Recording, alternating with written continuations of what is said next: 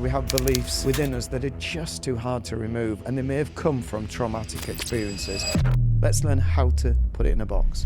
Professor Steve Peters. He's a world-leading psychiatrist. The author of a number of very influential books, including The Chimp Paradox. A man who has helped multiple British athletes. I've been seeing Steve for 3 years now. Not just any psychologist, it's Dr. Steve Peters.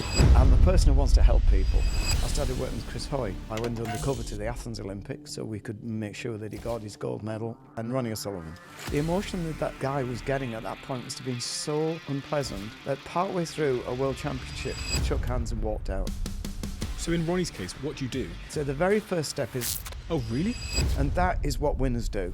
For people to shift, they've got to have psychological mindedness, which means they've got to understand that it's not about what happens to us in life, it's how we deal with it. What role does early childhood trauma play in how we respond in situations? Wow, now we're really getting deep.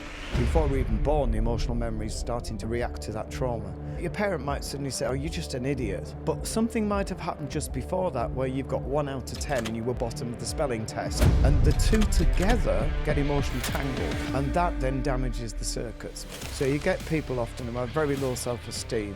How does one go about working with someone who's got serious self-esteem issues? I'm going to be controversially, I'd say. Whenever there's a podcast episode that I record that really has a profound impact on me, I always want to provide a little bit of a disclaimer at the start to make sure that you give it a chance. And this is one of those episodes that comes along once in a while, which I absolutely, absolutely adore because of the depth of wisdom and the potential it offers to change your life. So what I'm going to ask you to do is to listen to this episode, to give it a chance and to try and get to the end, because this is one of the rare ones that once in a while I think will genuinely change your life. It'll be one of those episodes that you pass around to your friends.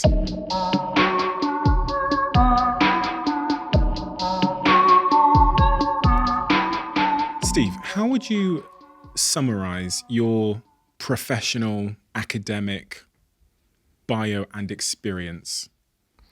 Okay, that's a tough starter. I would say that I'm a person who wants to help people. So what I've done throughout life is say, in order to help people, what do I need? So one of the things I felt I needed when I was a young man is I needed a medical background. So all of the work I've done, like in psychiatry, and particularly becoming a consult psychiatrist, it wasn't that I wanted to be that, it was I needed that in order to be able to help people effectively. So my experience in life has always been the more people I can help and the more circumstances, the better equipped I'll be to deal with whatever comes through the door. So I think of it slightly different to be about a career. It's more of an approach and an objective in life. And then what I need to do is learn in order to be good at that. In terms of your academic qualifications, what are those? My friends all laugh at this because I've got 5 degrees. So effectively, I started off doing mathematics and teaching, but then I went back into medicine, and then from there, they're scientific qualifications. I've got a medical degree. And then I went through the Royal College, so you specialise in psychiatry and get your membership exams. And then I've specialised again in looking at things like, because I got involved with sports people, I did an MSc. So that we look at sports medicine itself again and brush up on my medical background. So I'm still a doctor at heart. And then because I teach at university, I did an MSc in medical education. So I sort of, again, following what I've said as a theme, I think, what do I need and what would help me to do this? And then, so that's why I've collected these degrees.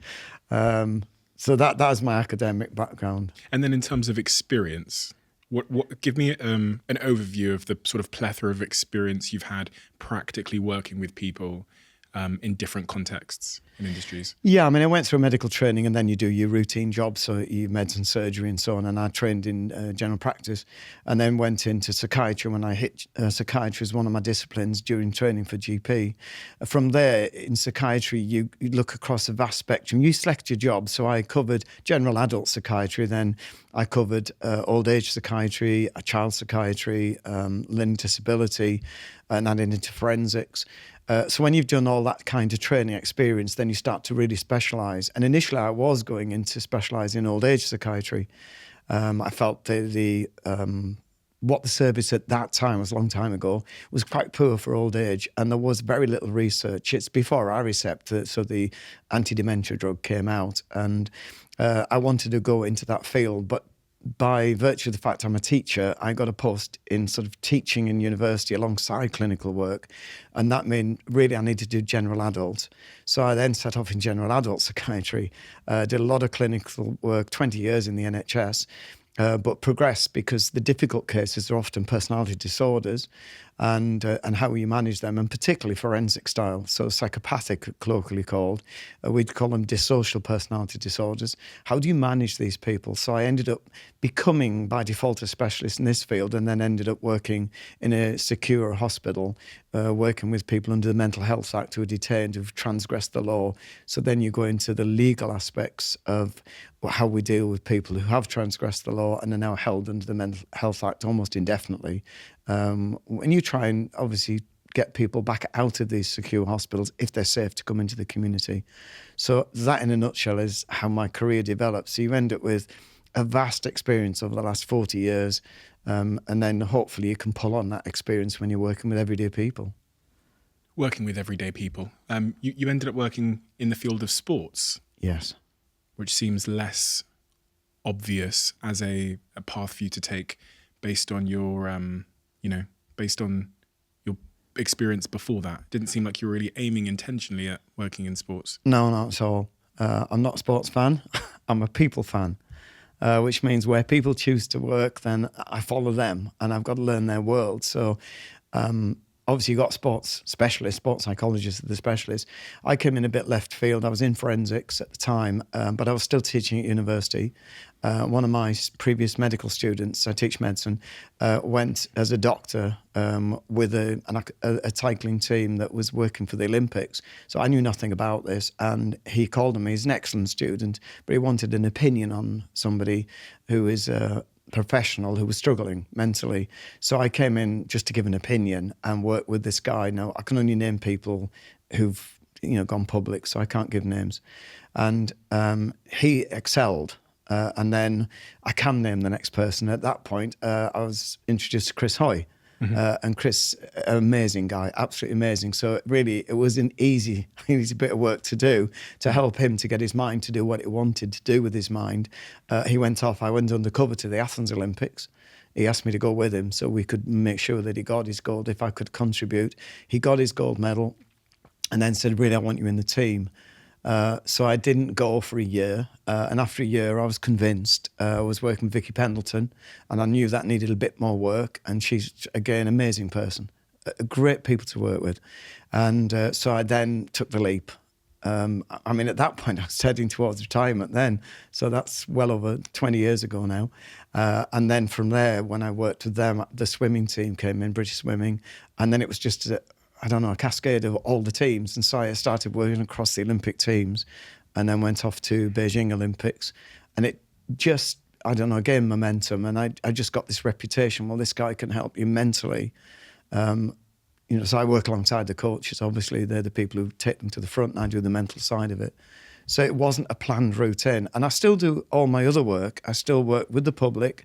I still work in other areas with doctors, in the NHS, with the police. I've done a lot of work with business people. So it just became generic at that point. Sir David Brailsford, who's been on this podcast, who was the performance director, I believe, of the British cycling team, took over at a time when it was struggling and led it to become maybe the greatest cycling team of all time. He says that your appointment was I quote, the best appointment he's ever made. Now, when I think about, you getting that first call from that first athlete, the one you said was struggling, and then working with Chris Hoy, what exactly are you doing for them? I think this is like, no matter who comes in the door, say you come to me, what I've got to say is I'm not a sports psychologist, I'm not the specialist. What I am is a specialist in the human mind. So I've made that my career. So I look at how the mind thinks, how it functions, and I ask you to first be a student, really, and I want you to learn your unique mind. I'm going to give you the blueprint, and together we're going to work out how you perceive the world, perceive yourself, perceive others, what do you want to do with your life. When we've done all of that, then, and only then, would I ask to go into your world, so then we can apply what you've learned.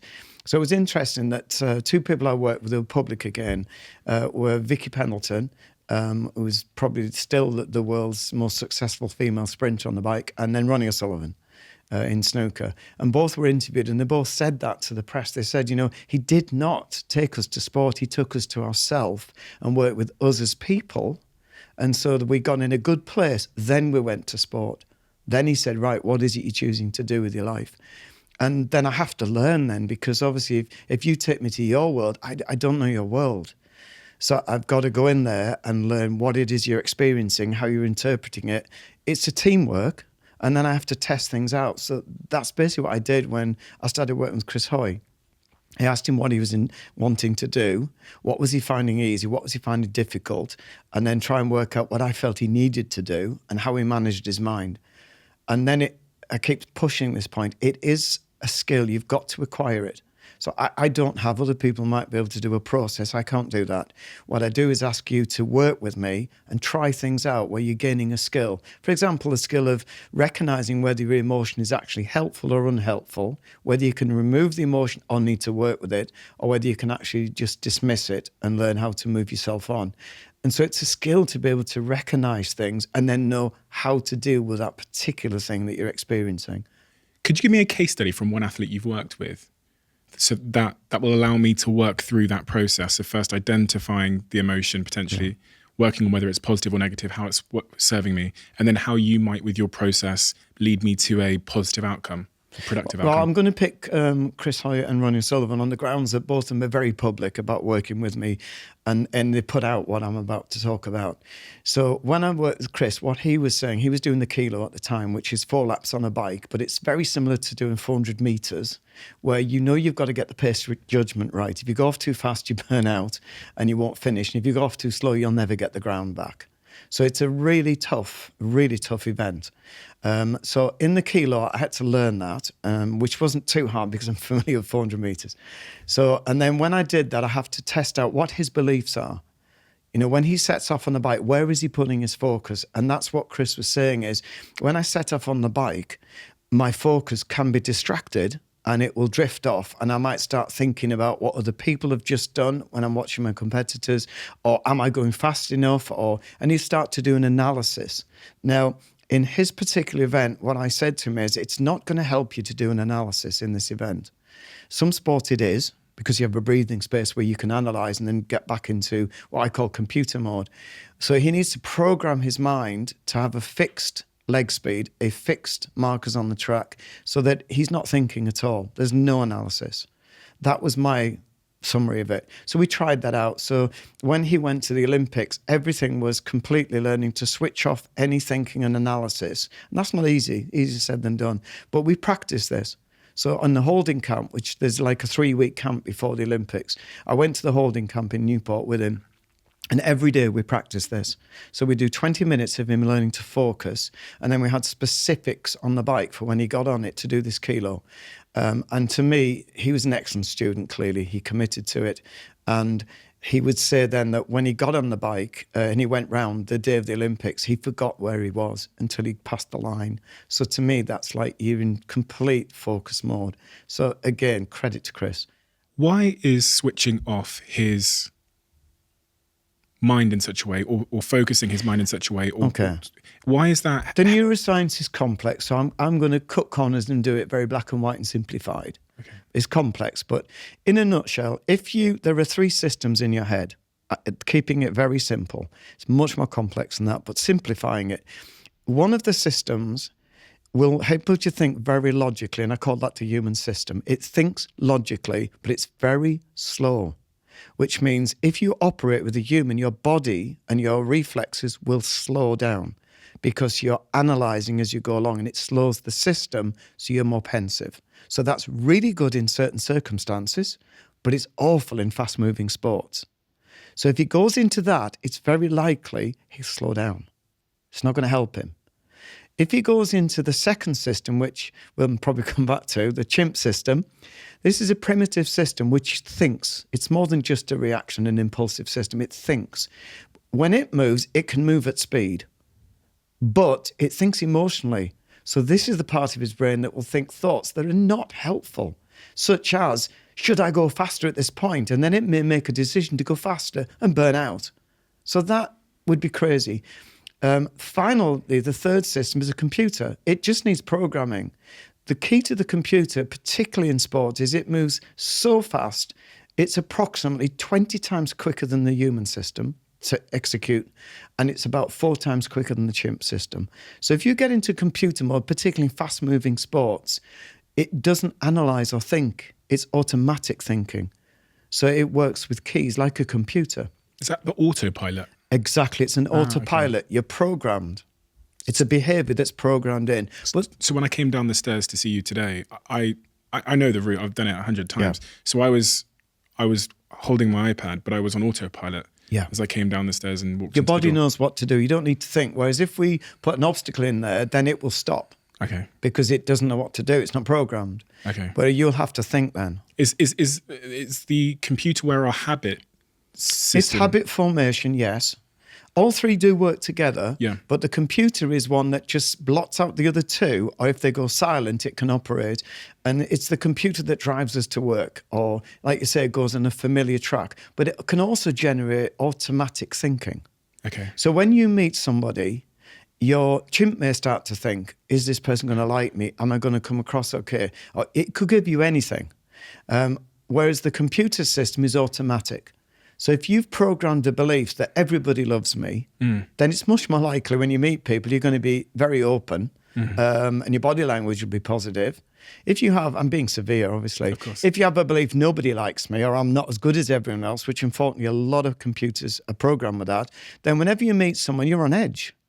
And you're very conscious about what you're saying and doing because you feared that it's going to be the truth, that they don't like you, and you're trying to overcome that belief, which is so unhelpful. Now, that I call the gremlin. But these beliefs are programmed into us, and we hold thousands of beliefs, often without knowing what they are. Okay, we're going to come back to that because I want to talk about the gremlin, the trauma, and where all of those beliefs come from and which ones we can resolve. But to your point then about Chris Hoy on that So bike. Chris was asking in my world, he was saying, how do I silence my human and chimp systems from analysing and thinking, which is their job? And how do I go into computer mode so I forget where I am and just get on with the process? And he did this nicely.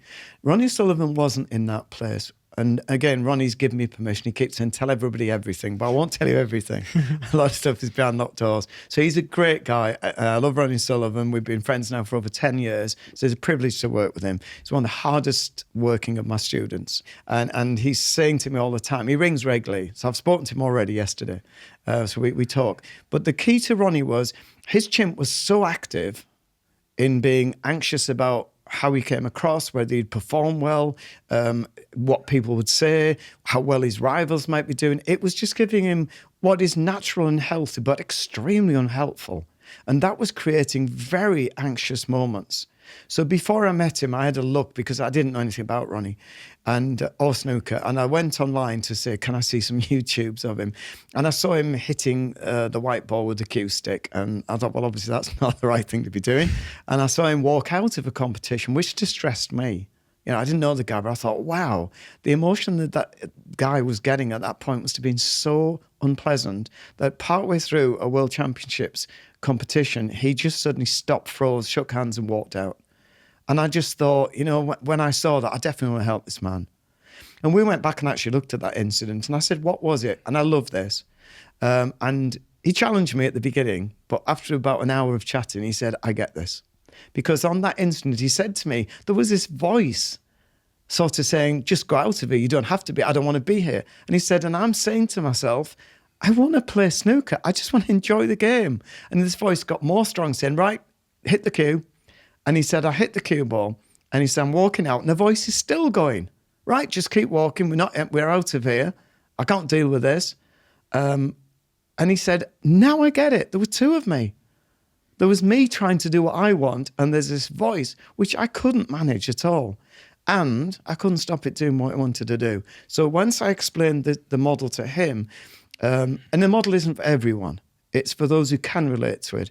He said, I get this because my human system, my chimp system are so different. They're poles apart. So he's worked for 10 years saying, how do I recognize and manage this chimp system? So when he came to me, it wasn't just in snooker, his whole life. he could see that his emotions were getting the better of him, and it was a whole system that was emotionally driven, and it was almost paranoid about things.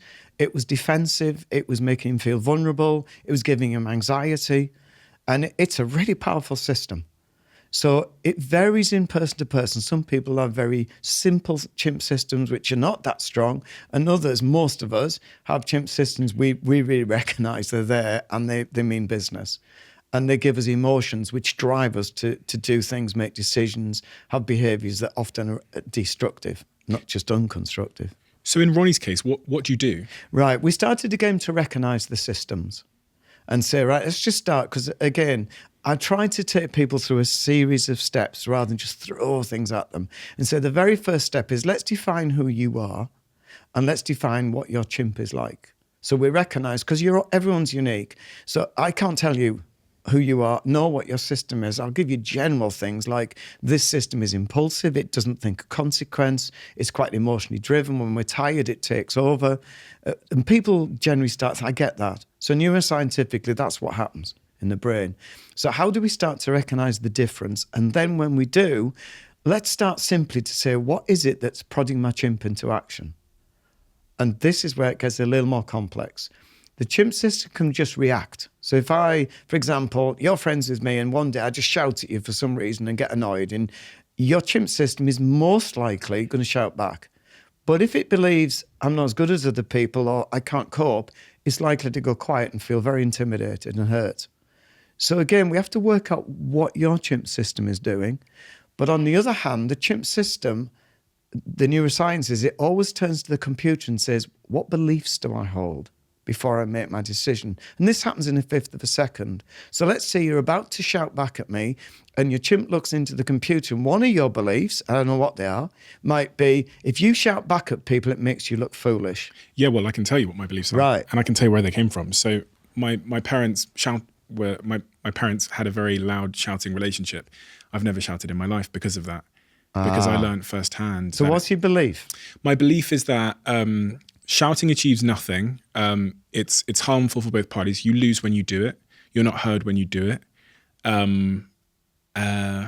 No, you stop there so I can do. That's brilliant. Yeah. So just to try and just steady with this, is what you're saying to me is I absolutely resonate with these beliefs. They're not something I've given you, which is a danger. So if I said to you, we want to try and stop you shouting, it never gets you anywhere. You have to resonate with that. That's why I can't do it. You have to say to me, Steve, that really resonates. I've got to have evidence. Yes. Yeah. And you have to believe this. And you can't brainwash yourself into believing. You've got to experience it and say, this rings true to me. So once you've worked that out and you reinforced it, which it sounds like you've done through your life, Oh God, yeah. then you don't shout. And it's not that you can't, it's your computer stopping you, because the chimp has to listen to those beliefs. So before it does anything, it can't move. So let's look at the opposite then. If someone if someone grew up in a household where there was shouting and they for whatever reason gained the evidence that it was an effective way to communicate or whatever, how does someone go about unprogramming that belief? Well, it's not my job to do that. Okay. So I'll explain what I mean. I agree with you. To me, shouting is not very helpful, at all. However, if somebody, that's not my job to tell people. I say to them, why would you hold that belief? And I do have people who say, because people don't listen unless you shout. Some people, you have to shout at them. And so I draw breath, because obviously I'm not agreeing, but I'm not going to try and change their mind. I'm going to challenge them and say, can we challenge that to make sure that's what you believe? But if they're insistent, there are certain people in my life that shouting works for. It's not for me to say that. What I would do then is say, right, let's say it does work. That's in the short term. So now we're in the devil in the detail. Our chimp system is working in the short term. It does not look at long-term consequence. So when your human now comes in, your human system will look at rationality and say, what's the long-term consequence of me shouting? Now, it may be with person A, there's no long-term consequence. And you think, it doesn't make any difference, I'm going to shout, right? They get it. And we're okay with that. And I'm not saying that's wrong. I'm saying it's what they want to do. However, they might suddenly say with me, actually, you're right, with person B, when I shout, there is repercussion on the person, and I'm actually hurting them. And also, in their eyes, it's demeaning. They see me as demeaning myself. So it's not actually working in the long term. It's not building a relationship that I want. So it can be you tease the devil in the detail out. You have a blanket, by the sound of it, belief that it doesn't matter who it is, you don't shout. Yeah. I would agree with that. However, I'm going to give you more devil in detail. You have to be careful, because if you add on to that shouting is something that's a failure, and then now I have a challenge on you. Okay. Because if you think about it, if you then suddenly out of the blue did shout, and you're going to now start beating yourself up potentially and thinking, Yeah, I would. yeah. So that's not that helpful. So what a better belief I would suggest, and see if you resonate, is to say, if you shout, even though you don't agree with it, because all your beliefs, in my opinion, are right, if you shout, forgive yourself and say, that is a chimp system. And maybe I need to reinforce my computer system because my chimp got out there, and I'm not proud of that, because actually I don't think that helped. But I like people to understand that we can only manage the chimp system. We do not control it. And if it wants to get the better of us, it can. So all we can do is keep reinforcing the computer beliefs and strengthen them. And you've done it beautifully by having a number of beliefs. Mm-hmm. And then you've almost got this gang of autopilots. Yeah. So if one gets shaken, the others come in. Yeah. And that's how the brain will work. So I like more than one belief. But on the other hand, if under circumstances your chimp gets out and you shout, I want you to understand that your chimp got out, it wasn't you. That's not an excuse model. You have to apologize if you think you've done wrong. But I am saying it's a skill model, which means you says to me now, I do not want to shout, so you didn't do it. However, you're responsible. You can't just absolve yourself. So I always liken it to having a dog. I'm a great dog lover. If one of my dogs comes in here and bites you, I can't just go, it was my dog. The answer is, I have to manage this system. I have to manage my dog. And it's my responsibility, 100%. So I work with people to say, be kind to yourself, because this system means business, and whatever your system is like, it will break through. There will be days you do not manage it. Let's pretend today has been a day where I didn't manage it. The dog got off the lead and bit somebody, whatever. I lost my temper, whatever, and I'm reflecting on it, thinking, oh God, an hour's passed, and I'm thinking, God, I wish I hadn't done that. Yeah. What can I actively do to prevent it happening again? How do I reinforce that computer? Let me go back to the dog, because it's probably the best example. What you wouldn't do, I hope, is kick the dog. The dog's doing what the dog does. The dog doesn't know. So your job is to say, first, I'm going to apologize to the person, because that should not have happened. I know whatever I need to do, I compensate, I do whatever and apologize. The second thing is, naturally, I assume you're going to say, well, I need to work on the dog. I need to learn to train the dog and manage it so I know exactly how to stop that happening again. But what I'm not going to do is beat myself up for not being able to manage the dog. Why is that a bad idea? Beating yourself up? Yeah. Just like, oh God, I'm such an idiot, I shouldn't have done that. It's sort of self-evident. I mean, again, this is the devil in the detail. If you said to me, when I do that, it makes me feel better just to think, right, I've had to go at myself here, and there's nothing wrong with that. But what I'm going to do is draw a line after a certain time, and then I'm going to say, right, you've had to go at yourself, get over it. Yeah, let's put that into action now. Right? Then I'm not disapproving. I think it's self-evident that I'm not going to approve of somebody beating themselves up and going back to the same thing over and over and over, and then escalating that. So it doesn't just become, I can't manage the dog, I'm an incompetent person. And I get things wrong, and everyone else seems to do this. What's wrong with me? That's the problem. It's now going down a very dangerous route. Is that depositing certain evidence into the computer about you not being worthy, which then is going to make your chimp respond? Yeah, well, the chimp's going to be irrational. So when the chimp brain takes over, because it puts our beliefs in as well as we do.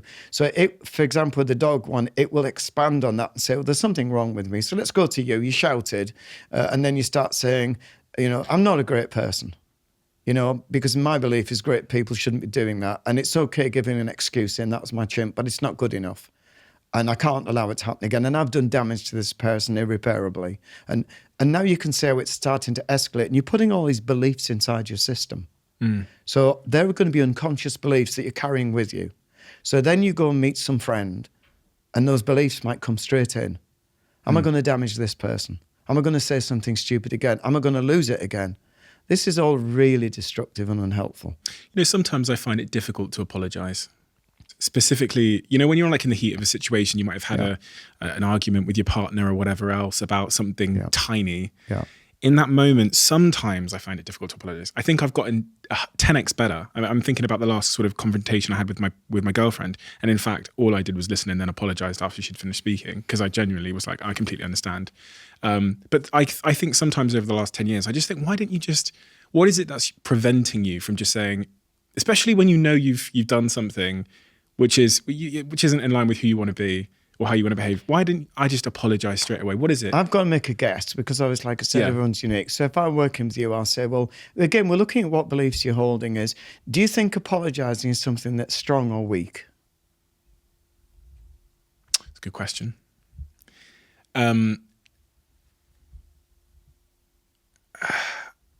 It's a good question. And I think I'm going to say that my belief on that has changed. Okay. So I think for over the last 10 years, the first 8 years, I would have seen it as a weakness. And then in the context of my relationship, I see it as our biggest strength, that I can both now listen in total silence, make someone feel heard and understood, and then apologize to them. I think I see it as this like real superpower that I've developed. But in the 8 years where I don't feel like I was apologizing enough, I definitely saw it as a weakness. I saw it as admitting defeat. And that's where I'm going. So I'm saying to you, it's a shame it took 8 years. Yeah. And that's why I like to do this work, because you look back thinking, if I'd learned this 8 years ago, yeah, it would have made a big difference. But that may not resonate. Some might say, well, I don't see it as weakness or strength. So what difference? So I would try a different tack and say that, how important is it that you're happy or that your partner's happy? Who do you put first? In the situations where I didn't apologize, I put myself first. But what do you want? I think in those situations, I don't even know. I want it to be right. I don't know. I don't know. Good. I'll just finish on that bit and I'll come back to the next one, which is where I think you're coming from. I'll give you a surprise coming here. So if somebody said, my girlfriend's more important than me, I love this girl, I don't want to lose this girl, and the last thing I want to do is upset and hurt her, it's easy to make an apology. It's easy to recognise, I don't want to hurt this person. And even if I'm in the right and she's in the wrong, it doesn't matter. It's not about winning, which is what the chimp brain does. It wants to win, okay? The human wants to resolve the situation. So saying, I'm really sorry that you're upset and I didn't mean to upset you, doesn't mean you're admitting fault or whatever. It just means you're trying to say that you're more important than this. This is trivial. That is so true. And so that might resonate with people. But you might get somebody, which is where you're going, where you say, well, of course I love her, but hang on, that's not right, because if she's done something that's wrong and I've reacted to that, she created that problem. I know I'm wrong to react, but hang on, I want an apology, right? So that's common. This is the surprise. When you look at the neuroscience behind this, you think, oh, that must be my human being rational or logical, but it actually isn't.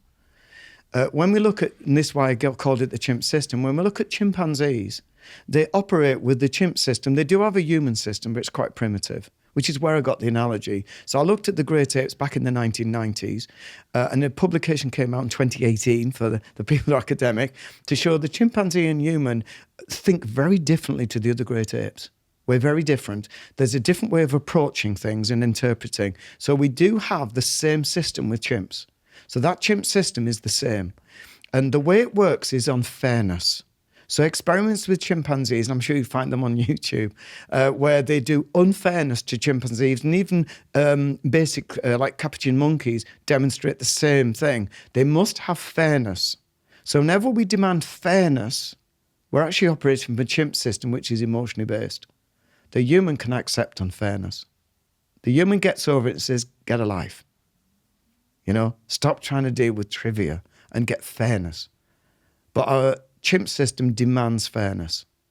I bought your book for one of my best friends recently. When I say recently, I mean in the last 7 days. And I said, make sure you read that over the Christmas break. And they came to me and said, do you know the best part of the book for me? She absolutely loved the book. She said there was one sentence in it, in the book, which made her go, poof, which is where you say in the Chimp Paradox that life isn't fair. Yeah. And you actually, I wrote it down earlier on because she said that to me. You reference it as an obvious thing. You say, have realistic expectations and remind yourself of the obvious. Life is not fair. Stress will happen. Things will go wrong. For some reason, that sentence resonated with her really profoundly, because I think the friction she had in her life was expecting fairness. Yeah.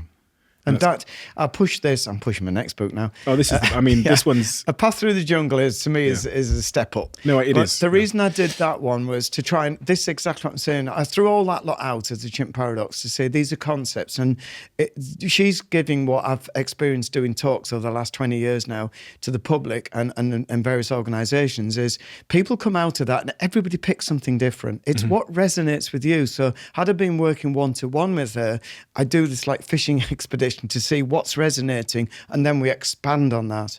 So that's why I've gone into much more detail on this next book to say, right, if these bits resonate, here's the science behind it this time and references if you want to read it up. But if you don't, here's the practicalities. So that's much more of an investigative, how do you use this now? And what she's really doing, and I've tried to push this in the next book, is to say, what she's saying there is, you know what, my first step is acceptance. And that is what winners do. Successful people go, you know, it doesn't mean acceptance roll over. It means let me start from what's in front of me and stop fighting it, and then work with it and then see what I can do with it.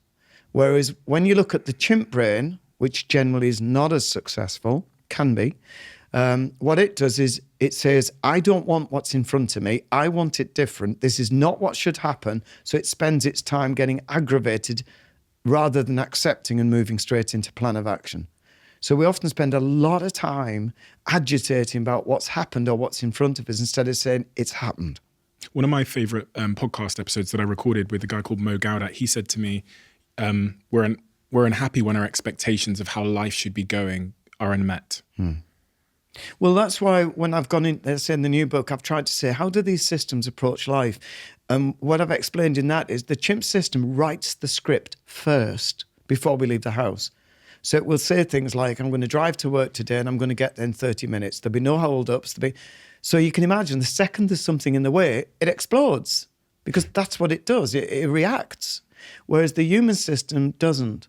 What the human system goes out with zero expectation, but has hopes. I hope to get there in 30 minutes. That's a world of difference. And then when I find there's a traffic jam, it doesn't react, it responds.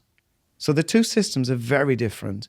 And if we can learn how to go into human mode, then we set off for work, there's a hold up, we don't have an emotional reaction, we have a response, which is accept, there's the word, accept what's in front of me, but then follow through with a plan.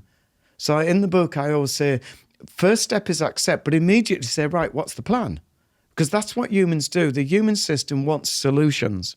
It wants resolution. It wants to move on. The chimp system wants to express emotion and then remove the problem. Not solve it. There's a difference. Just remove it. Ignore it. Displace it. Pretend it hasn't happened. That's not ideal because it tends to come back and bite us. What role does trauma play, like early childhood trauma play in how we respond in situations? Oh, wow, now we're really getting deep. It depends on, again, I'm being black and white. If someone has a really bad trauma at childhood, it can have repercussions throughout life because now the circuits in your brain are developing. So if you have a really traumatic event, and it not necessarily what we would define as traumatic, it's what the child defines.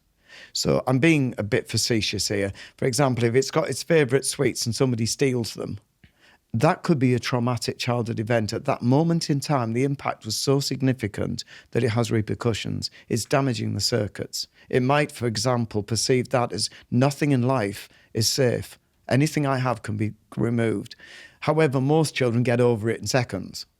But it depends on the child and what stage they're at and what the circumstances are at that point. Somebody else might have child abuse, for example, which is much more likely to have repercussions throughout life. But we still get children who get child abuse and have no repercussions. So it isn't a definite black and white, it's probabilities.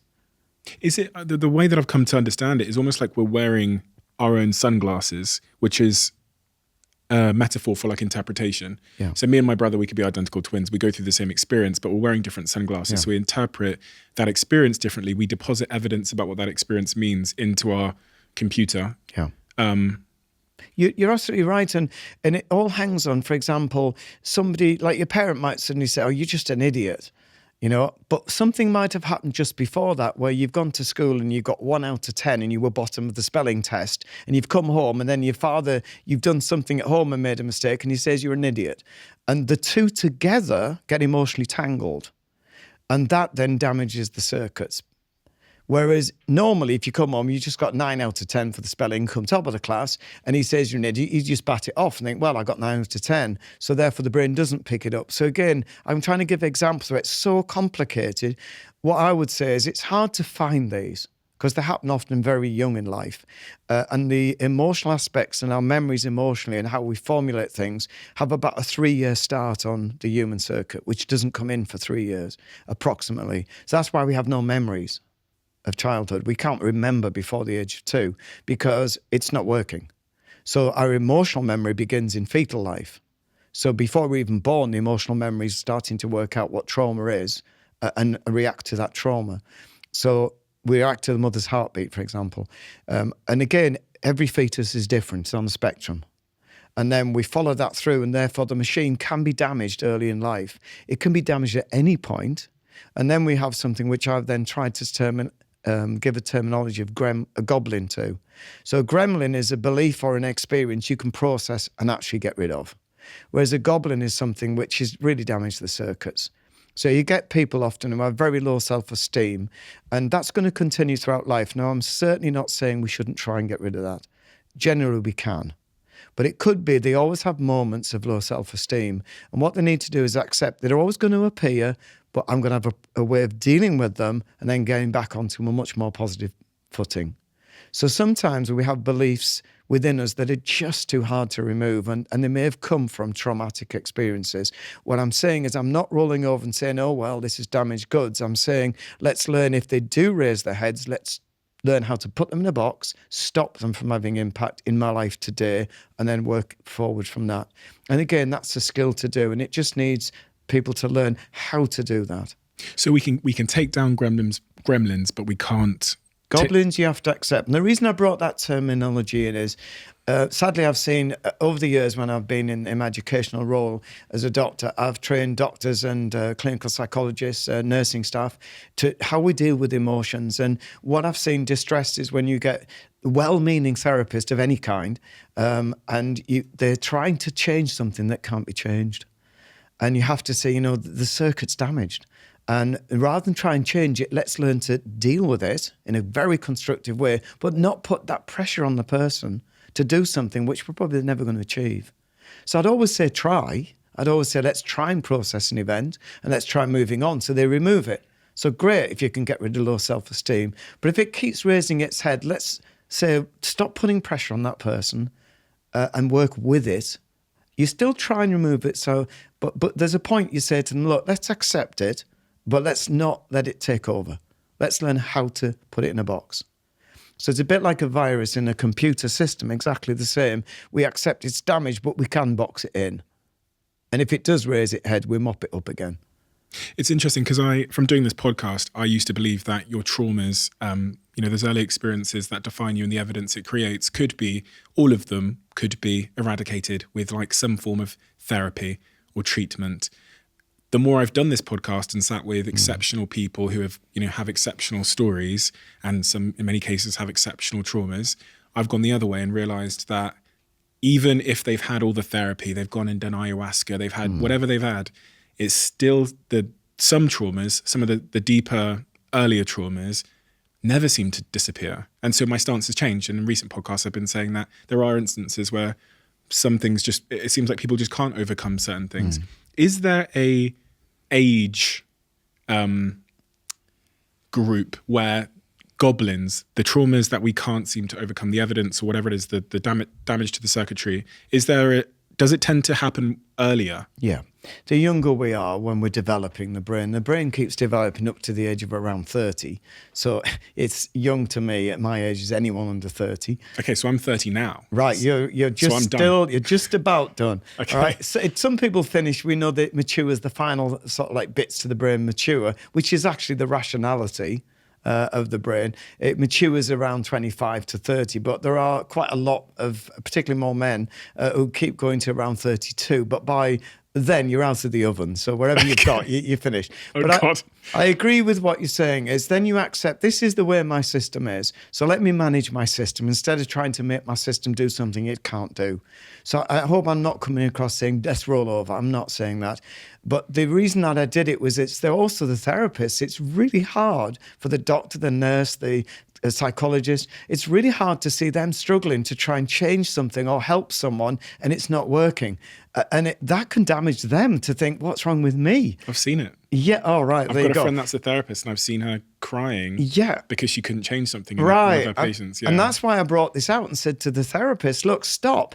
You review what you're doing. They're their own professionals, but as someone who tries to teach therapists and people who are working in this field to say neuroscientifically, there are damages to the circuit. So rather than say, we're going to change it, you've tried and you've probably done a great job because, again, most people are really good. Most therapists I've worked alongside have been excellent, whatever their profession is. But don't beat yourself up if you're struggling with someone. It may be you are hitting the nail on the head, but exactly what you've just said, we're not going to move this person. So stop worrying about it and say, let's try managing it first, whatever's raising its head.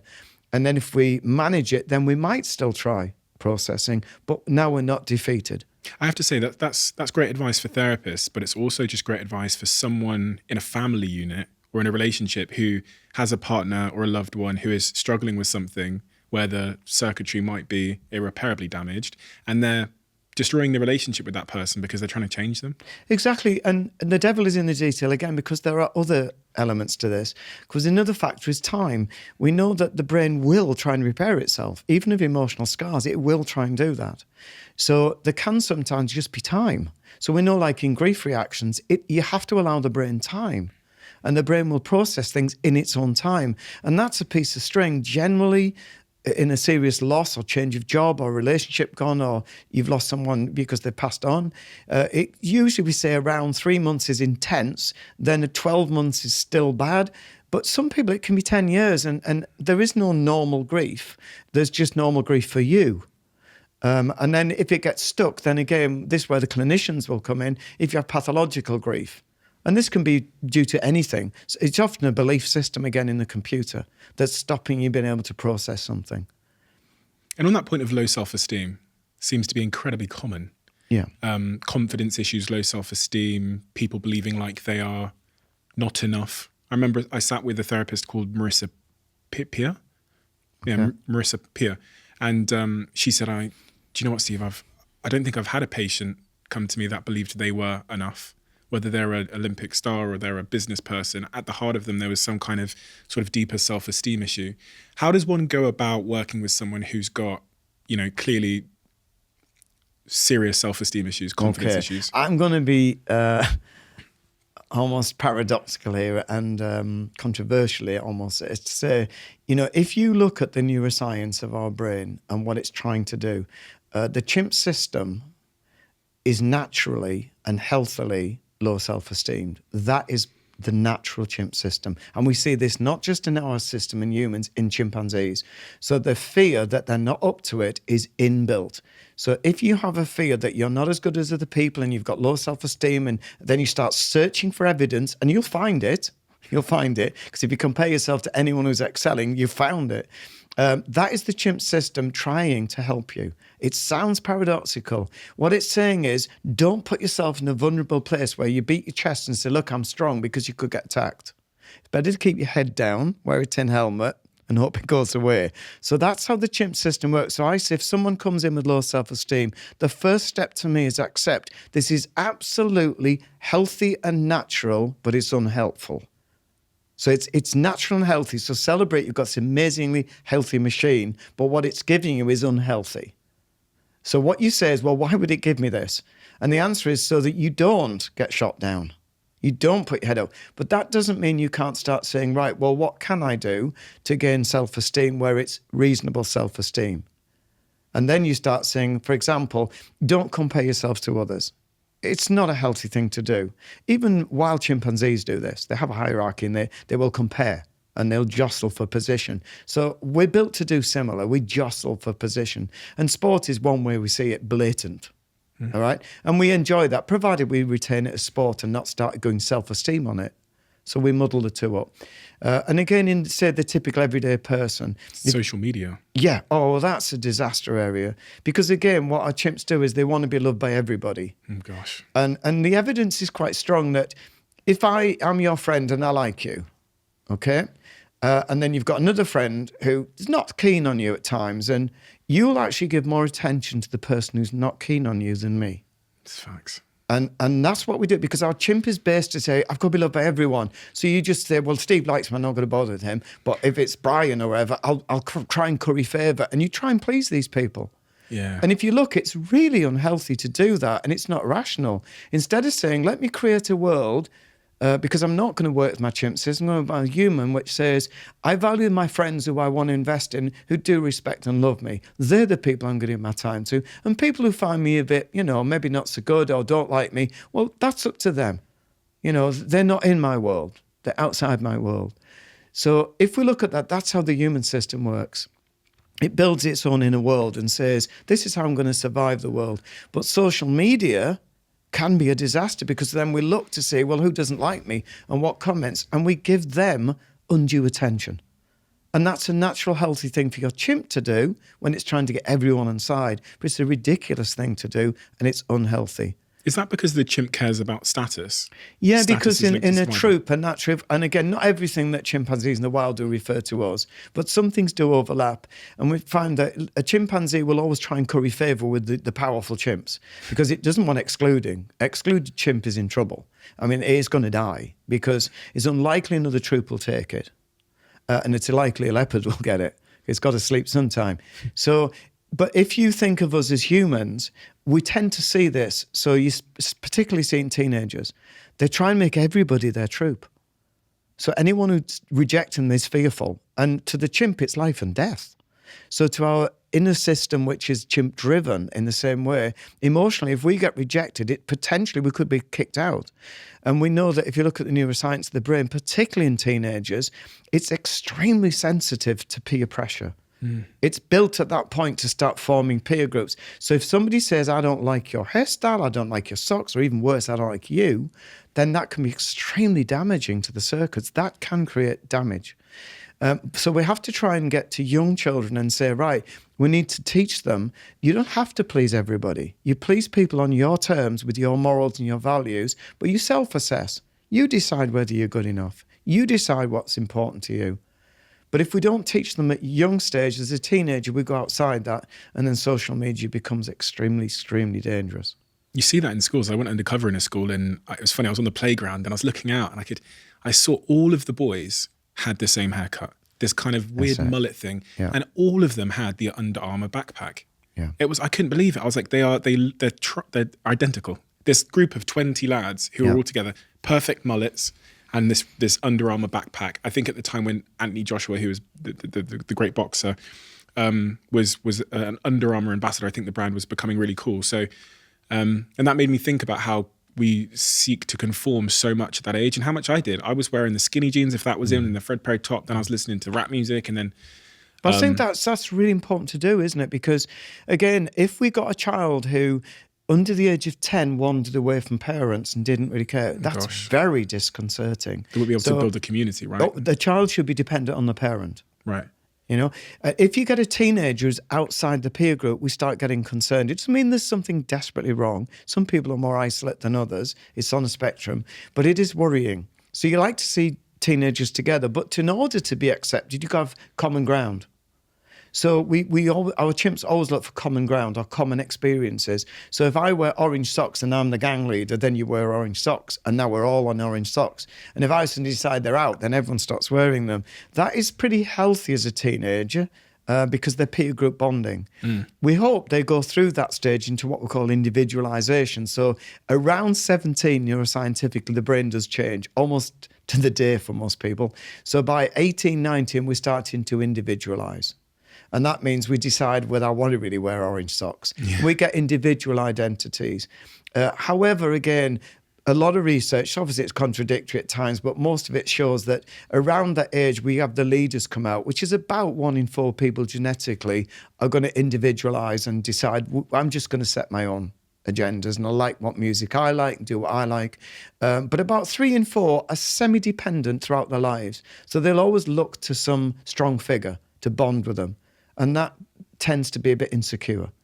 People that have this low self-esteem we talked about a second ago, are they more likely to become what we call people pleasers? Yes, because again, they're trying to curry favour. So that's one way of coping with low self-esteem. So everyone's different. So some people might close themselves down and they'll go into their own little world and just not engage. And they don't go and join a new club or form a new hobby or make new friends because they just haven't got that confidence. So the coping strategy is to just close down.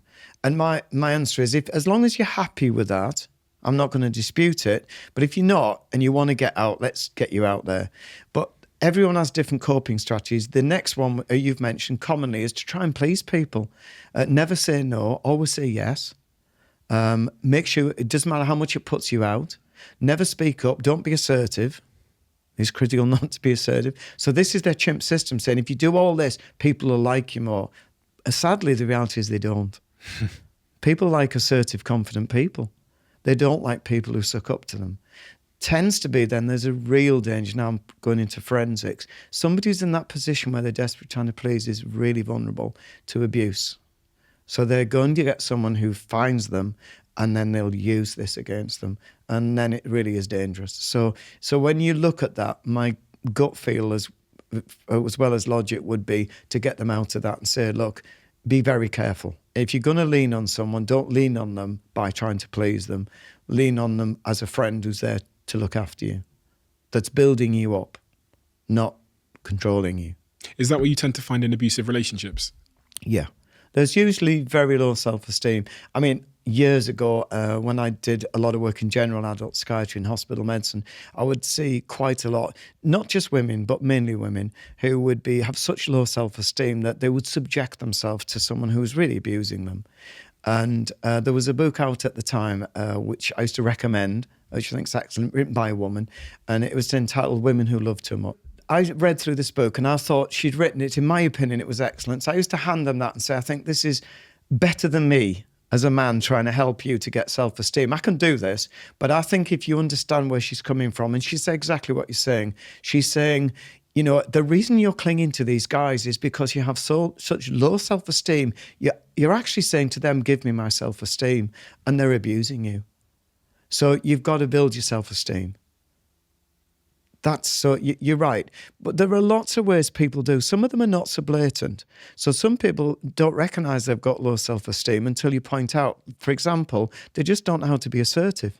And if you think about it, if you've got reasonable self-esteem, then you would say, I have the right to speak my mind, and also to say to people, please don't do that. It offends me or it upsets me. And this is what I'd like you to do, which is what assertiveness is. So again, sometimes it's subtle that you think, oh, wow, low self-esteem presents with different faces. And again, that's my job to help people to tease out and think, this is low self-esteem or it isn't. I want to figure out how to build self-esteem, but can low self-esteem also manifest as the very apparently successful guy or girl who has got a mansion and a Lamborghini and is head to toe in designer brands? Because I know those people as well. Yeah. I think at one point I was one of those people, if I'm being full disclosure. But is that a form of low self-esteem? Yeah, again, it's what I put under as a poor coping strategy. And what you're trying to say is, look, if I keep elevating myself, then I'll suddenly feel good because people see me as being this wealthy person or this successful person. And it's interesting, even within sport, one of the questions I ask is, why are you doing this? Because it's great to do sport. I'm not against sport. But why are you doing it? And often the answers, which do lead to success but can have consequence, I need to prove to myself that I can do something. And that's probably, I would have said, not an ideal reason to do it. I'm not saying it doesn't work, but I think the long-term consequence is you won't stop at the end of sport. You'll keep doing that. That's the risk. Or someone who says, I need to demonstrate to other people how good I am. Again, these can be very successful beliefs while you're in sport, but coming out of it, it can lead to danger. So again, it's not for me to say change it, it's for me to question it and say, is there an alternative way to succeeding sport? And I've met plenty of people who say, it's only sport, but I love it, commit to process and get on with it and succeed fantastic and in a great place. So again, it's not for me to say, it's for me to try and tease it out of people. I think sometimes, even with myself, I've wondered and worried that if the insecurities I had from being a child, you know, we're the only black family in the neighborhood, we were the poor family with the smashed up house, that insecurity, I think, has been a driving force for me. I think it was much the reason that I cared so much about getting money and status and material success. And then I think there was a point, I think I wrote about this in my book, where I pondered that if I lose that, do I lose my ambition and my drive? Oh, it's a good point. It's interesting that, I'm sorry you experienced that. Oh, no. Because it didn't sound great. No. And again, it was a driving force that eventually led you to being successful in some sense. So it's not altogether negative, but there's a really key point here. It's like when people have a driving force in sport. I think it's great to have a driving force wherever it is, provided you can stop in your tracks and look at perspective and say, you know what, without this, I'm still a decent person and have good self-esteem within yourself. So I think I'm not against these driving forces as long as you can contain them and they don't contain you. Yeah. There's a difference. So I think if you said, right, I want to try and prove that I can make this because I'm from a poor family, I'm black, I'm the only one in the neighborhood, and I'm going to show you we can succeed here as people in this position. And that's true of a lot of minority groups. I don't think it's ideal. I'd much rather, if I'd met you then, say, can you just see yourself as being you? And who cares what the rest of the world thinks? Let's make you and your values. And that could have driven you. But if you say, well, what if I suddenly see myself as being me, and I don't see this as me being poor and I need to prove myself, will that not lose my force? The answer is not really. Your force is driven by emotion at that point. So that's your chimp driving you. All right, which I'm not saying is right or wrong. I'm just saying that's what it's doing.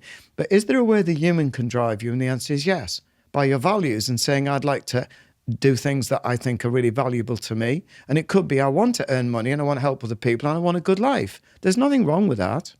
I don't think there's anything wrong, but that's for you to decide. But then you can have a driving force and you won't lose it. In sport, I deal with people who I try and get them to put sport in perspective. So my phrase is always, it's tiddlywinks. You know, life is tiddlywinks. But let's do it with a passion. But at any point, if we're not doing well and we make a bad move, let's be able to laugh and say it's tiddlywinks. Are you doing that to detach it from their self-esteem? It doesn't have to be with self-esteem. That's completely different to me. You've chosen to put your self-esteem on what you can achieve, which is what the chimp does, or who it is, or how people perceive it, or what it's got, what valuables it's got, you know, money. That's a way of dealing with it, but it's not a very sound one, because what happens is you still keep going. Because deep down, what I've experienced, and I don't know whether you'd resonate, if I met you heart to heart behind locked doors, at that point you say, I'm not happy, because I'm aware of what I'm doing. And I know it's superficial. Oh, yeah, 100%. And that's what I've experienced. I've worked with the extremes of each spectrum, with people who are struggling with finances and people who are extraordinarily wealthy. But the bottom line is, at the end of the day, when you're back in your own house, in your own room, you're living with yourself. And that's why I say, do you want to look at that? Because if you can live with yourself comfortably and be at peace of mind, then nothing's going to get to you. The world will be a much better place. So when I think back to that time when I feel like I was most driven by that pursuit, which was before I had attained the things that I was aiming to attain, because I think sometimes when you attain those things, they act as pretty profound evidence that you were aiming for the wrong thing at some time. But if I look through, the thing that I think would make me unhappy was that all the things I sacrificed because of my pursuit for like materials, for money or material success. So not having relationships or friendships or social connection, sacrificing all of those things created like an emptiness. Yeah. You know, just working 7 days a week in an office, and then thinking that, you know, this was a noble cause because it would make me rich. It was actually the things that I think it was the things that I sacrificed that led me to feeling a little bit empty inside.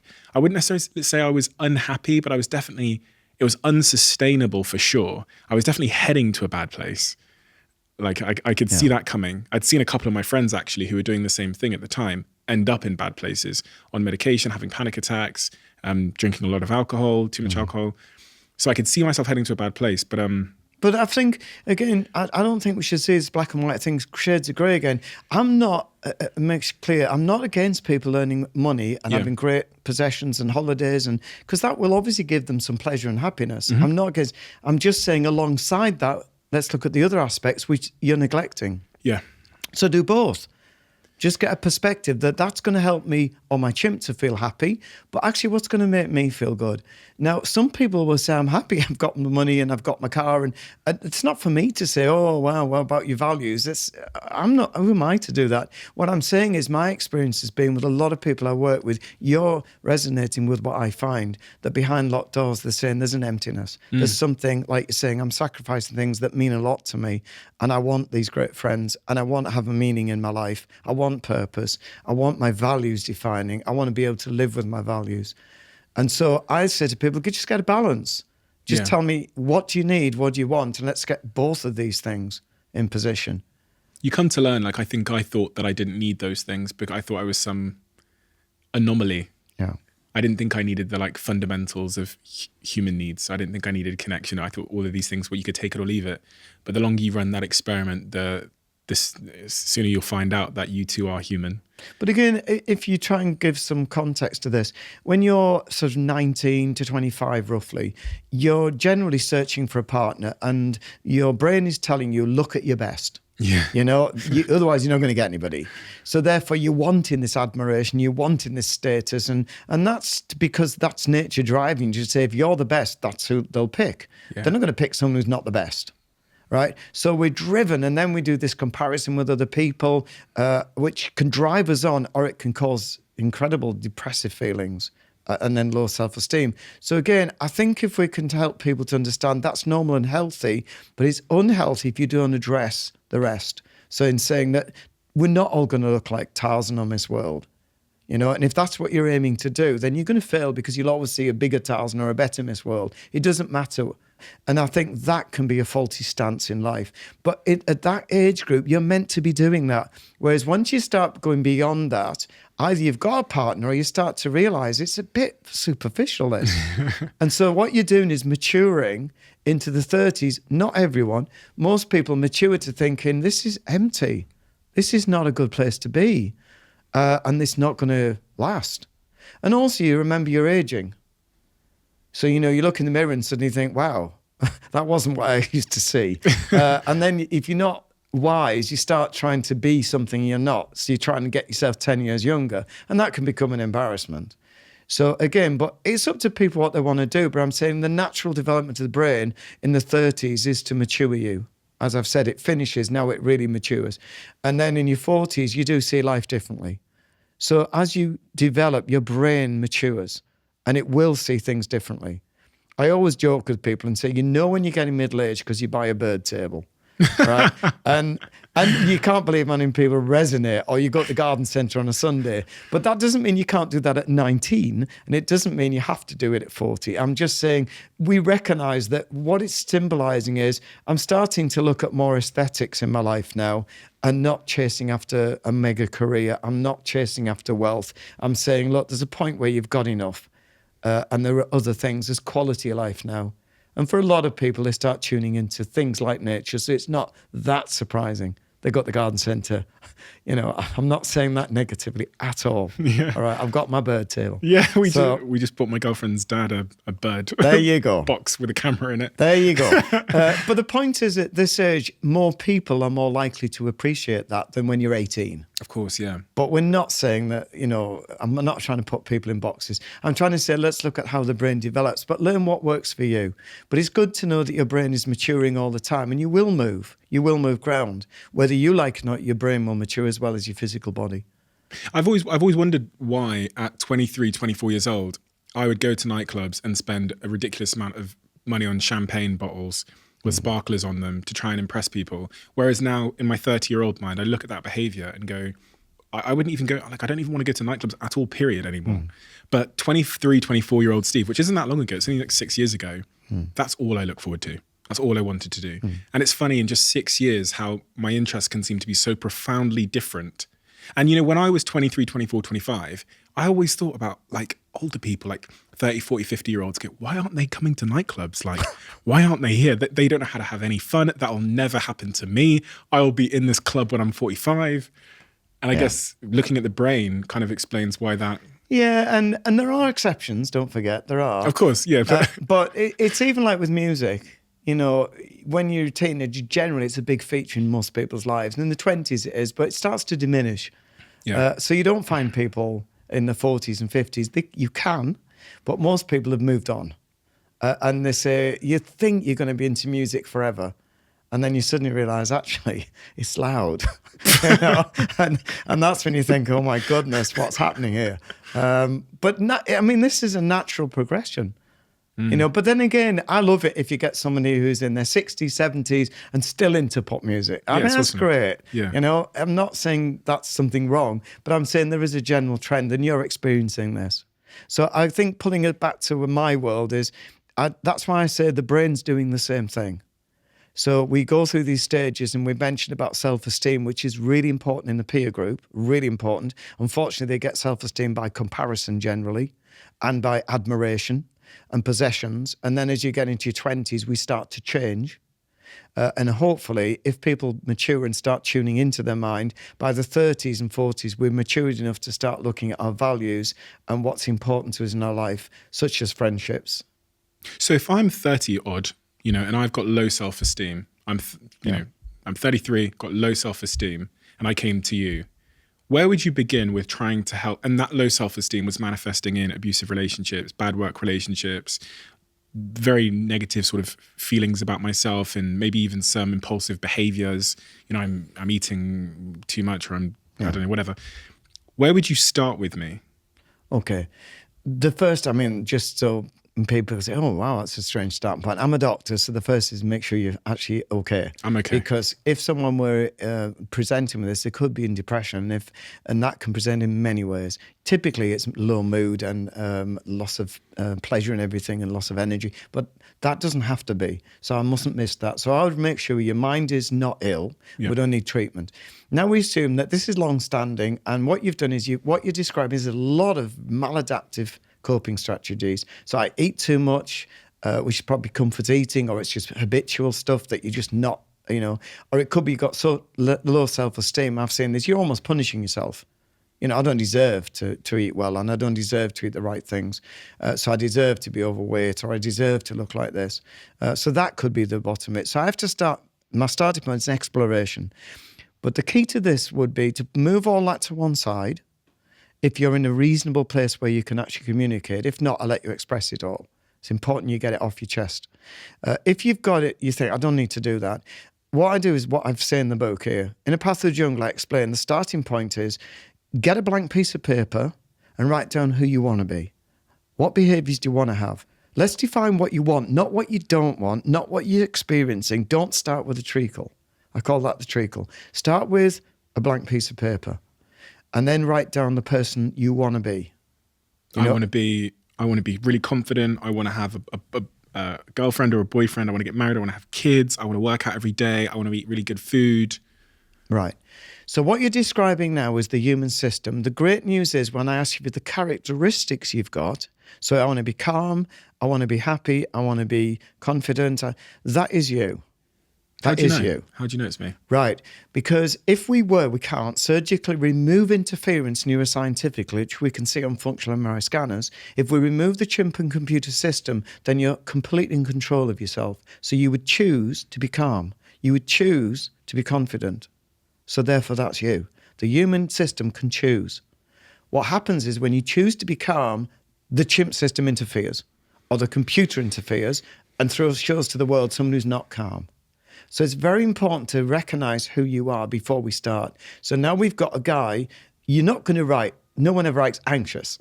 No. No one. They say, no, what I want to be is calm, collected, a good friend, have integrity. That is you if we didn't have interference in the machine. So it's very crucial. This is the biggest point in the book. The biggest point is to define yourself, because now you've got self-esteem can rise just on that alone. Once you've grasped that, you say, wow, what I'm presenting to the world is interference. It's not me. If I didn't have this machine, I would not have anxiety, because that's the system that you're saying, the human system can't do anxiety. It's not built to do that. It's built to be rational and calm. But what it wants to do and how it wants to present is a choice. The chimp has no choice. The computer has no choice. The computer's programmed, but these are interfering and presenting to the world someone who's not you. So it's very important to grasp that concept. That's my starting point. Now we've grasped that, we build on that. So now I know who you are. I'll say this, sometimes when you're with a friend and you've been chatting a while, and maybe it's got late in the evening, and you've got a lot off your chest and you've discussed, you calm down. And sometimes the real you presents. And suddenly you feel at peace. People often say, I don't know, I felt totally relaxed and thought, I've got perspective. I've gather the world the way it is. I accept things are, and I've calmed down. And then suddenly you see the real person. And they've got morals and values, and not every human has. Sometimes the chimp's the good guy. Sometimes the human's not nice. So I do get people who do not write, for example, who you are. They don't write compassion. They don't write integrity. They don't care.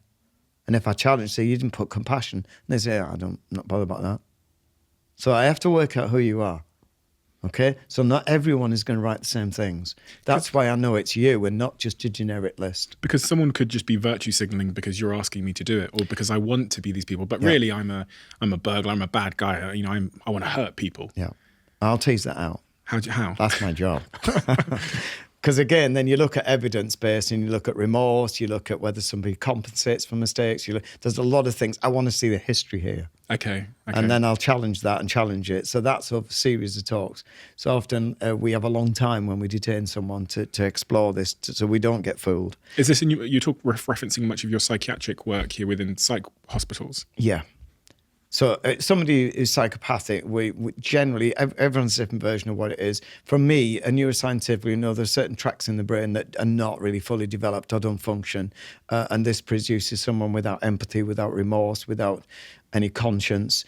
These are classic. And so I don't know that. I'm not a mind reader. I can't tell until people talk. So yes, they could deceive me. I have to just go on what they tell me, but I can listen carefully to the words they use. I can listen to what they're saying. I can look at their past life events, and it starts to unravel. So eventually you think, okay, I know what I'm dealing with now. So, but to be honest, people don't do that with me. What you tend is, because I would hopefully set a scene where I don't care what you write. I don't care what you want to do with your life. It's not for me. I'm not a judge. I'm here as a doctor to explore this with you and get insights for yourself. So most people are not psychopathic. We're decent people who've just got lost in the way the neuroscience of our mind has tumbled us. So my starting point when you gave me all this was to say, let's write out the real you, and let's start building ourselves on that and recognizing what is not us, and let's start unpicking it. So let's just start saying, right, why would you have, and we went earlier about low self-esteem. Let's look at why you have that. First, it's natural and healthy. That can help people. Sometimes just saying that, they go, that's amazing. I feel better for knowing it's natural and healthy, maybe rubbish and unhelpful, but at least I know it's healthy and there's not something wrong with me. Because the second you start saying, oh, I'm trying to please people and I can't say no, and you see that as being a weakness or a fault, we're in trouble again, because you're muddling yourself up with a machine. So that's my starting point. Who are you? What's the machine doing? All of this, anything the chimp does, anything it does is natural. There's nothing you're going to give me, even if it murders someone. That's what chimps do. They're violent. So it's still illegal and not acceptable, but I'm saying everything's natural, so that puts us on a different way of looking at it. Again, to try and give context to that, natural isn't always good. So overeating is natural, but it's not good. And even like the classic one I always use with parents and teenagers, I always say, said it this morning with someone, if you've got a teenager who's got a tidy bedroom, that's who I want to meet. If they're messy bedroom, great, that's normal, So you're more concerned with teenagers that aren't being teenagers. So if you've got a teenager who never lies, then it's a bit worrying.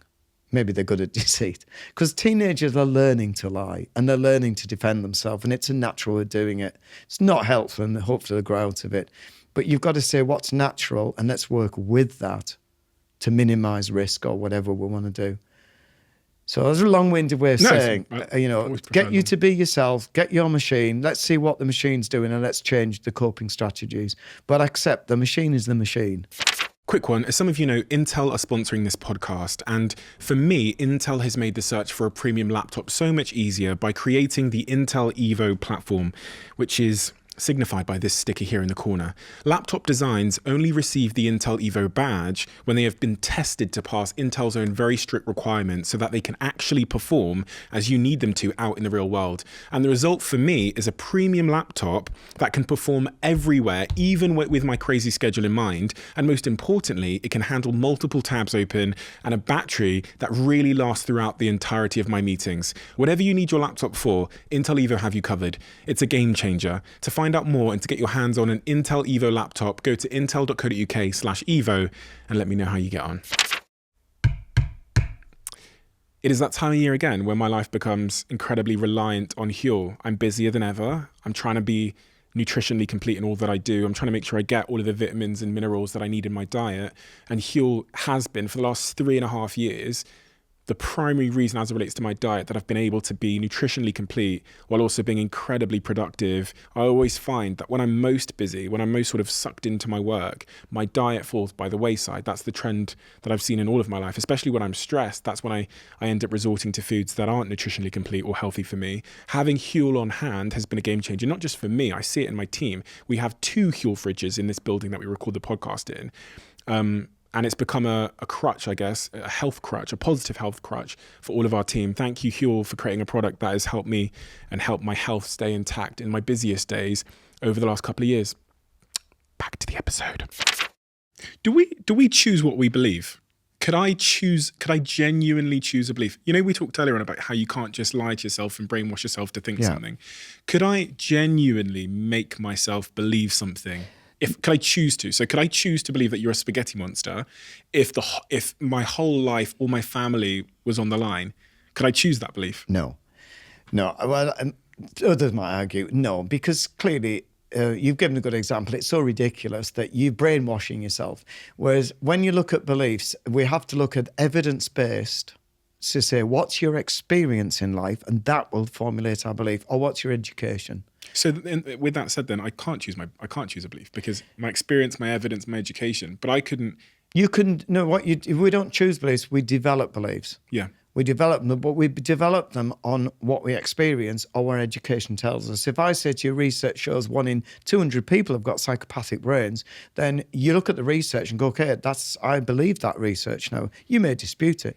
But if you have experience that, blimey, about 1 in 200 people hurt me, then you've worked that out yourself. So your experience, but you might get someone who's really oblivious and lack of insight and say, I believe 1 in 2 people hurt me. And now, you think, well, can we challenge that? And let's see your experience. But if it resonates with them, it's not for me to say, well, that's just rubbish. That's their experience. I'm really compelled by this idea of whether we choose our beliefs or not, because I think this is at the heart of a lot of these topics like confidence and self-esteem. There's a lot of people out there that say, go look in the mirror and say nice things to yourself in the mirror, and that will help you believe in yourself. Okay, I'm glad you're laughing. Yeah, it is silly, isn't it? I think if you look in the mirror and you say something that you don't really like looking back, I think then you have to go down the road to say, right, is it really that important what I look like? I can give you a good example. Years and years and years ago, I worked with a young lady who didn't like what she looked like. She really didn't. And she was attractive, in my opinion, but I think everyone's attractive. And there was no point in me trying to convince her. I was a young doctor then, and this taught me. And I couldn't get anywhere. So I was struggling. And she was in an inpatient. We were worried about self-harm and so on. And that was her coping strategy for having very low self-esteem. And I was lost. So as a junior doctor, by chance, I asked her, just chatting to try and get her to see some value in her. I said, what do you like doing? And she said, I love animals. And by chance, we did have a bird table, which was neglected. And we also had a cat on the ward. And no one really bothered with the cat. And I said, can I ask you to do something for me? And this wasn't planned. I just thought, can you look after the bird table? And can you look after the cat? And without a word of lie, a different person emerged. And I sat there and I thought, why has that changed? Because this isn't what you learned at medical school. You learn antidepressants and therapies and talk. And I thought, what have I just done? And I'm young at that point to read around, and I like to read outside of medicine. And I thought, I gave her a purpose, and that was her self-esteem. She took it out of herself. She then said, it doesn't matter what I look like, I want to help the animals. And this is a true story, that she got discharged and went to work at an animal centre. And I met her in outpatients follow-up, and she was as happy as could be. And I said, we've got to broach the subject. What about, your self-esteem and where you look? And she said, well, my self-esteem doesn't matter, because she actually did have it, but it was on, I am a carer, and these animals need me. So you could argue psychodynamically she was looking after herself by looking after the animals. She needed love, so she gave love. So I could see psychoanalysts saying, there you go. I don't mind how it's interpreted. It worked. For me, it worked. So I suddenly thought, wow, sometimes people just need to have a purpose in life and feel valued, rather than what they look like. So that was the start of me really starting to think as a young doctor, don't go down one route. Try and see things as being like a spectrum and have a toolbox to say, well, hang on, let's stop looking in the mirror and let's start looking outside yourself, because that could be the turning point for you. So again, that won't work for everyone. So I have to, when you say about this, probably getting the idea now, whenever someone comes in, I have to really work hard to understand their mind. What beliefs are they holding? What's going to turn them around? What's not helping? What are the long-term consequences? What hidden beliefs have they got that they're not aware of, but I've got to get them out? And when I've done all that, I then go to work on it to help them to challenge what we can both see as being unhelpful and replace them. In that example of giving that young lady a bird box and the cat, and then her going and working with animals, and that making her feel a sense of sort of worthiness, I guess. Yeah. I was thinking about that. If that job gives her that sense of worthiness, just like the relationship we've talked about and all these other stimulants, can that then become a negative thing? Exactly. Anything can, can't it? And this is what I'm saying, that when people say, write me a book, and I think I'm always reluctant to do it. And it's taken me 10 years to write this one, as in 10 years later after the first one, because I don't want to go in there with a process, but I feel I've got to, because, so many people, it's very humbling, have said, this has so helped. It really makes sense to me that I thought I've got to expand on it and give it in more detail so people can do it themselves. But the problem is it's very individual. So I have to work with the individual. And yes, that could become a positive for the rest of her life. But as long as we can give her perspective as well, that she's worthy as an individual. But if your value is, I believe the value I have is, I want to be altruistic. If that is a value you hold and you're living that value out by helping animals, for example, then we know that that will give you peace of mind. What I'm alluding to there as well is this workaholism. Yeah. Because do I keep helping more and more? And that do I work 7 days a week and I can't leave the bloody animal sanctuary? Exactly. And that's where you've got to get this tiddlywinks, but come out and get perspective. So say, right, it's great you're doing that, but don't start making it the more I do, the better I am. Instead of saying, no, I have to look after myself too. So again, it isn't just one thing. We're giving it very sort of linear here. I'm just giving you an example of one angle, but then I would work on the girl in other areas of her life. So it isn't just that angle. But the bottom line is, and I guess most people think this, if you've defined your values and you live by your values, then you become a wholesome person. So it's most people don't even know what their values are. So I push this point that I think this is the only thing that I've ever seen that gives peace of mind, and that's to live out your values. But you have to find them first. And people muddle up what's valuable and what's value. They muddle them up. So I tried to define that clearly so people know, let's find your values and then let's start measuring how you live those values out, because it's not as easy as you think. So I give this as exercise in the book to try and say, work out your values and then live them out, but measure them. So again, as an example, let's say most people put down respect for others. They like that. That's a value I really hold to. And then when you say to them, well, how would you demonstrate that? People go, I don't know, So I say, well, let's look. There are many ways you can. So, for example, one way you could demonstrate respect is by listening to someone, by thinking, I want to get their point of view, because that's respectful. Not judging them, just listening. I may not agree, but I'm going to listen. That is one thing you could do by testing it weekly, to say, let me start listening to people, because that then at the end of the day, I think that was respectful.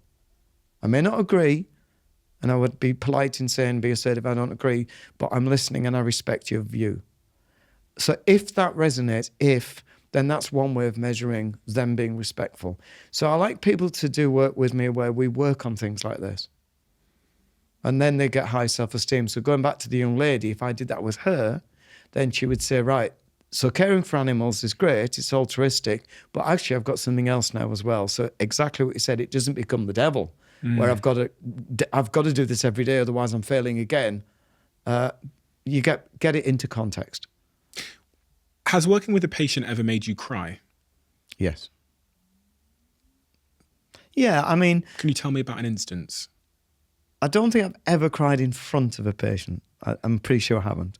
But I think obviously I deal with tragedies in life and they're painful. So in the room, I have to contain emotion. Look at the psyche falling apart. But on the other hand, I'm a human being, and you go away and you think, somebody, for example, horror stories like some parent who's lost their child, there's no way back. And my view, which may be wrong, is that I say to people, can we start by you're emotionally scarred? This isn't going to go away. This is for life, but we're going to learn how we can cope with it. But you're not going to be the same. You cannot get over this. So you won't come to terms with it at all. You'll learn to manage it. There's a difference. Because I think, I'd love it to hear from parents say, I have come to terms with it, but that's really hard. My experience has been they don't. So when I leave the room and I think, how am I going to work forward with this man and woman and get them to come to terms with it, I have to this is only the way I work, get inside their head, and that's so painful that it distresses me. I feel it then. You think, gee, so I do that with everyone. I do it with sports people. I do it with the police. I do it with doctors. I try and get in their head and think, what is their world? Hopefully it's not that tragic. But when it's tragic, yeah, it's painful. So it brings tears to me. How do you deal with that? Learn to recognise and talk to myself, which I do, and say, at the end of the day, I can't change life. I can't change things. Tragedies happen. And it's not going to be helpful for me to dwell on it. What is helpful is to me to get inside the head and experience the pain, experience the feelings, and hopefully even the thoughts, so that I can then get outside of my head, which I think is a skill to do, and actually then say, right, what can I do about it? Because then if it resonates with me, it's possibly going to resonate with the person I'm working with. So I go back feeling, yeah, I know what I can say here, and try it. But then I don't have this approach where actually I'm not feeling or experiencing what they've got. This is not for everyone. I can hear a lot of therapists going, this is everything you're taught not to do. Good on you. It's how I work, and it works for me. I've heard you in A Path Through the Jungle talk about what you just said there, which is you actually talk to yourself. Yeah. In The Path Through the Jungle, you talk about talking to the chimp. Yeah. Yeah, I mean, again, to lighten the mood, because it's quite heavy. There's lots of great things I've had and lots of great experience and lots of success. And I say to people, always pat yourself on the back when you do this. But one of the things my chimp responds to, and I don't know why he responds to this, is sarcasm. I've worked that out. So whenever something upsets my chimp and I just think, oh, come on, get a life, and I can't, my chimp's going for me, I say to the chimp very quickly, right, can I just ask, do you want to be upset for a minute? An hour, the rest of our lives? Just give me a help. I don't know why. It makes me laugh. So it disarms my chimp. And we know that if you can laugh at yourself or a circumstance, and you can't always, but if you can, we know that's the only time the brain seems to default into human mode. Because what you're really doing, if you think the chimp's job is to alert us to danger and worry, where you start laughing genuinely, particularly yourself, the chimp's disarmed, it has no job. So it goes silent. So it literally will silence, and you'll see the blood supply and oxygen uptake in the human circuits. And so I come back to me and think, okay, and my chimp may witter again, but, I'll deal with it. So, yeah, I talk to my chimp in that I know what can bring me round. When you say talk to, do you mean out loud? I wouldn't do that without people around. Because I tried upstairs. All right, yeah. I felt like my chimp had a little bit of a hold of me about something. And so I tried just having a conversation with myself out loud. And it worked. And it worked. I tell you why, and again, I both go through this in detail for those who want the science behind it. It's referenced. When we talk to ourselves, we talk often from the chimp. We can talk from the human, but when we listen, the human process is what we hear, which is why often, we talk to a friend and we say, I feel a lot better. It's not just getting it off your chest, you're listening. So often in a team meeting in business, for example, I'll sit and I'll say, just talk from your chimp. And they'll talk and talk. And I say, right, when you've got off your chest, how much do you believe of that? And they'll go, nothing. It's rubbish because you're actually processing what you're saying. So the more we talk out loud, the more we process from our human and bring perspective in, which the chimp can't do. We bring perspective and reality to the table, and that can bring us back to earth. So it does work. So behind locked doors, yes. I mean, when I worked with British Cycling, which was great at the time, and many fantastic people there, great achievements. When I used to drive in, I live in the Peak District, so it was an hour's drive. And I would literally, on the morning, say to my chimp, right, before we get there, don't want your opinion, don't want you to interfere, but when we come home, I'll let you talk. Don't ask me why it works. Probably think I'm nuts. But it worked. My brain almost went into computer mode to say, not the right time yet, not the right time. So I would deal with a lot of upsets. You can imagine working with people, you get a lot of all kinds of things. And then I would come home and I'd just particularly point entering the peaks where I'd say, okay, it's your time. And my chimp would come out. And then I would let it say, well, that was so unreasonable of that person. And once I've done that, as our chimps do, you can't keep going. It used to get bored of its own voice. And I'd say, you finished? And he'd say, yeah, it's fine now. So that won't work for everyone, you know. But I'm just saying sometimes it does work. I would just like to add, because I think I'm fairly resilient. When we're not resilient, sometimes you've got to give TLC. So I'm not always firm with the chimp. Sometimes I go, you got a point. Sometimes I agree with it. And again, this is learning how to deal with you, your own emotions, what works for you. So I try this with people and say, what resonates with you? You've got to try it. But sometimes I have to say, even to my own chimp, you've got good reason to be upset. You've got good reason to be distressed. You know, I get it. And that, giving yourself reassurance and TLC, can be very powerful. Is that what you refer to as exercising your chimp? Exercising the chimp is when you let out emotion, express yourself. So it doesn't have to be high emotion. Expression can just be, can I just say, I think what's just happened was unreasonable. I think this person was way out of order. Or it can be without emotion, saying this person's just damaged me. You know, or particularly reputations of people are in other people's hands. And I see a lot of this where you've got reputational damage and you can't do anything about that because it's not in your hands. And the more you try and defend your reputation, the worse it gets. So you have to just suck it up. So there's where I'd say, be reasonable with your chimp. You know, don't down it and say, come on, get over it, because it needs TLC. And there's lots of times, lots of circumstances, TLC is appropriate. But you have to learn when to go enough, because it tips to self-pity. So we exercise the chimp, we let it out. Let it out. Express emotion or express feelings or express it in words. Step 2, as I read in the book, is then we figure out if it can be addressed. Yeah. And say in the case of reputational damage, someone said something, it's not true, it's out in the press, I can't, whatever, I can't respond, whatever it might be. Then step 3 is we make a plan to move forward. Yeah, and that can often be, let's look at reality here and the facts of the situation. That nobody is immune to attacks, nobody. It doesn't matter, I often say if an angel from heaven fell to earth, it would be attacked, And so you've got to get reality and then the reality is, if you're not going to please everyone and something has terrible happened, go to your friends, because that's all that counts at the end. It's who you're with at the end of the day. And these are your friends, your partner, potentially your family, the people that stand with. That's why I say the troop, this is your fallback we talked about earlier. You turn to them and they're then the ones who go, we don't care. We know who you are. We love you. And even if you've made a mistake, they're forgiving.